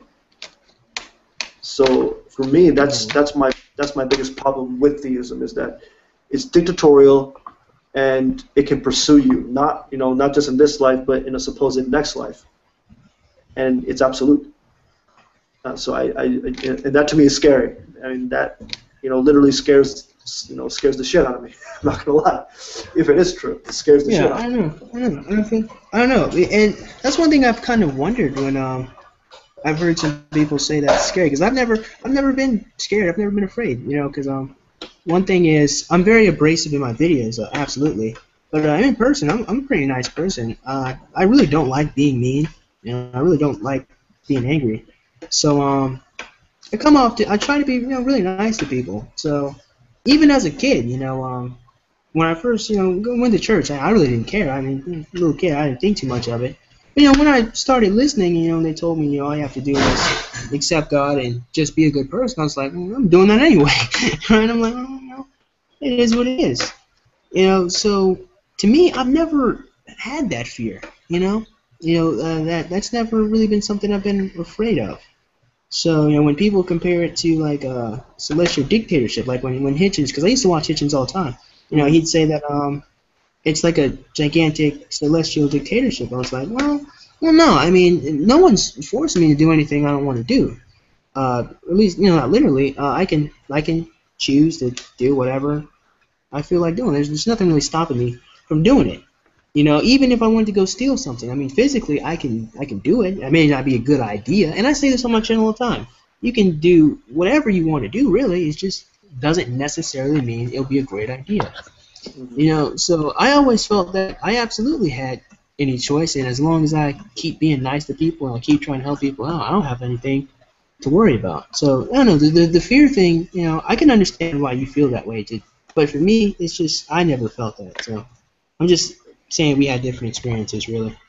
Yeah, I mean, I guess it does come down to perception. I mean, because some people see God as this loving thing, as this loving entity who does all this, great stuff, but as soon as you ask a true believer, and I mean a true believer who takes it literally as their books are dictated by the Creator and all this stuff like that, I'm like, well, what if I reject this message?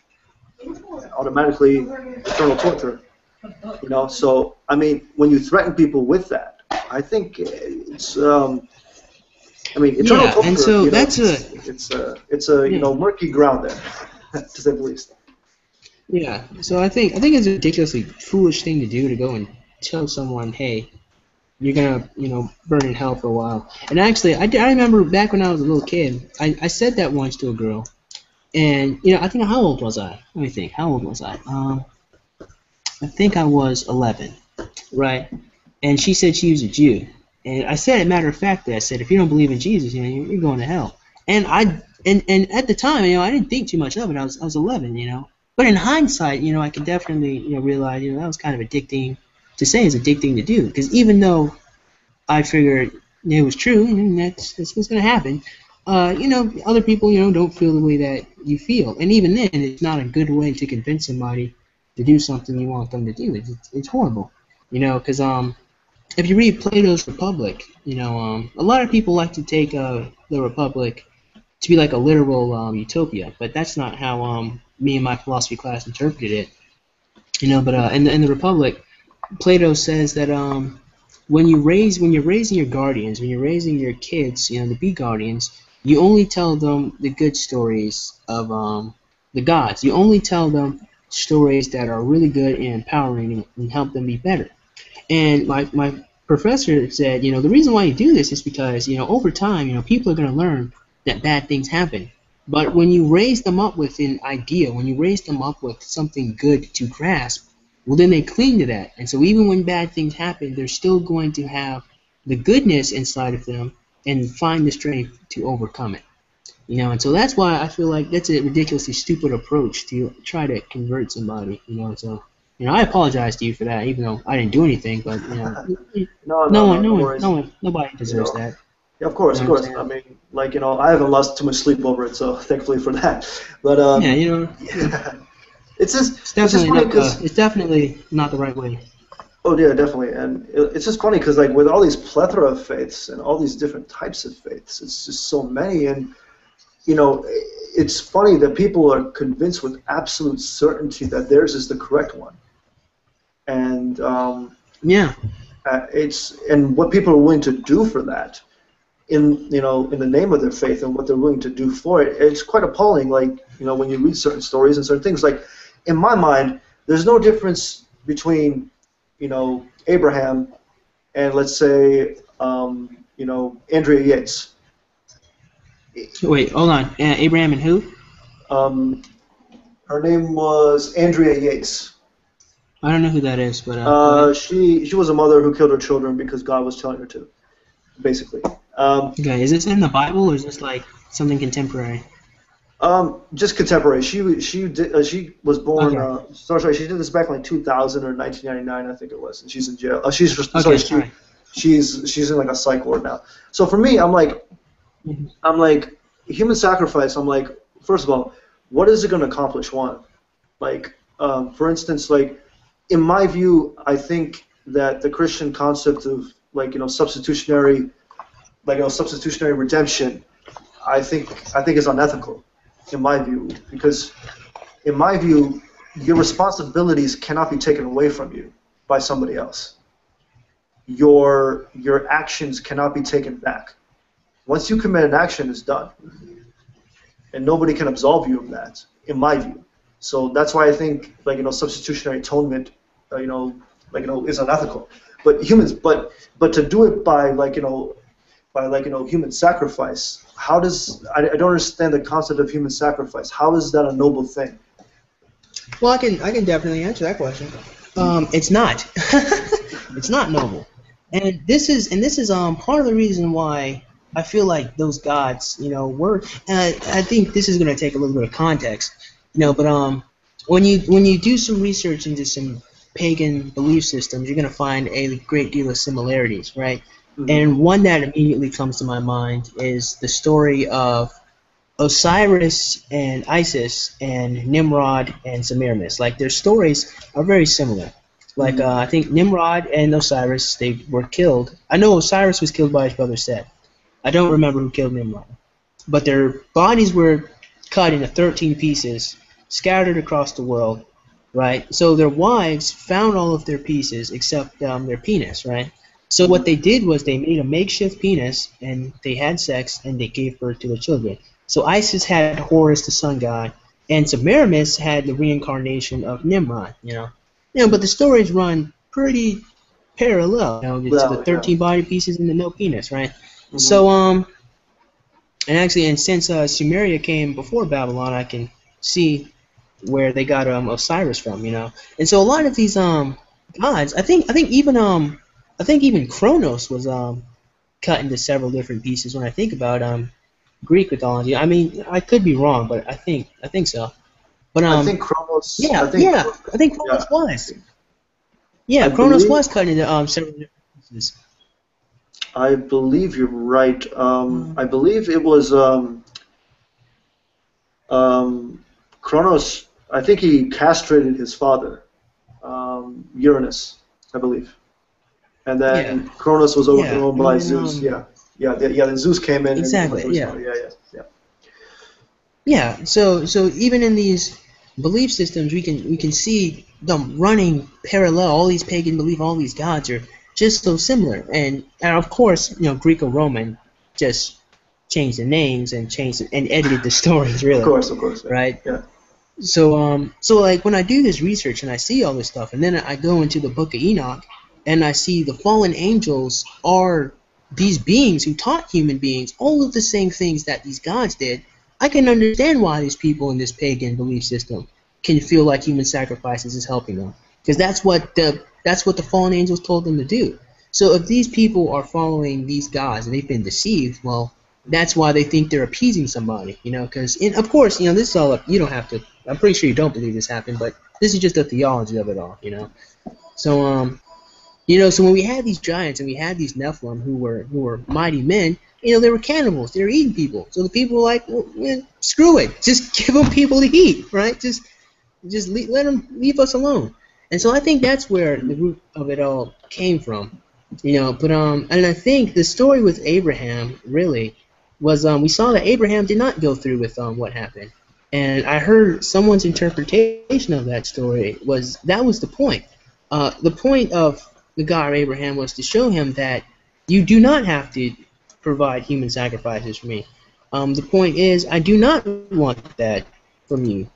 So this is the problem with these people following these false gods is they tell them to do something, they do it. No, you don't kill human beings, to appease me. You give yourself up to me as a living sacrifice.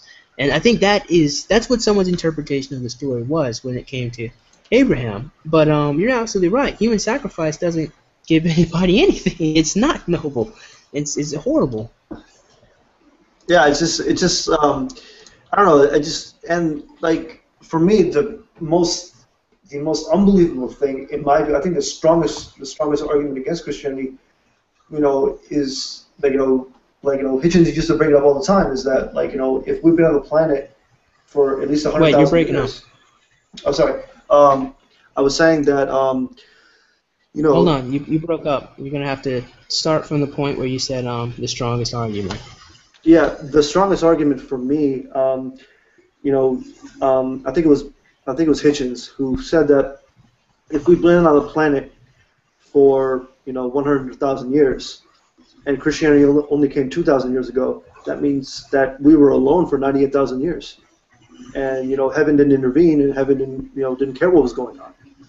So for me, it's like, and like the best way to do that, God thought, was like to torture somebody to death, like the Middle East, and that's going to redeem us, and that's going to solve all the problems, and everything, and that's, I think, for me, that's the most I guess unbelievable part about it. And I Yeah, don't I can just understand that. Um, so and I know a lot of people. A lot of people. I've heard the criticism. I'm gonna sacrifice myself unto myself to save humanity, right? hmm yeah.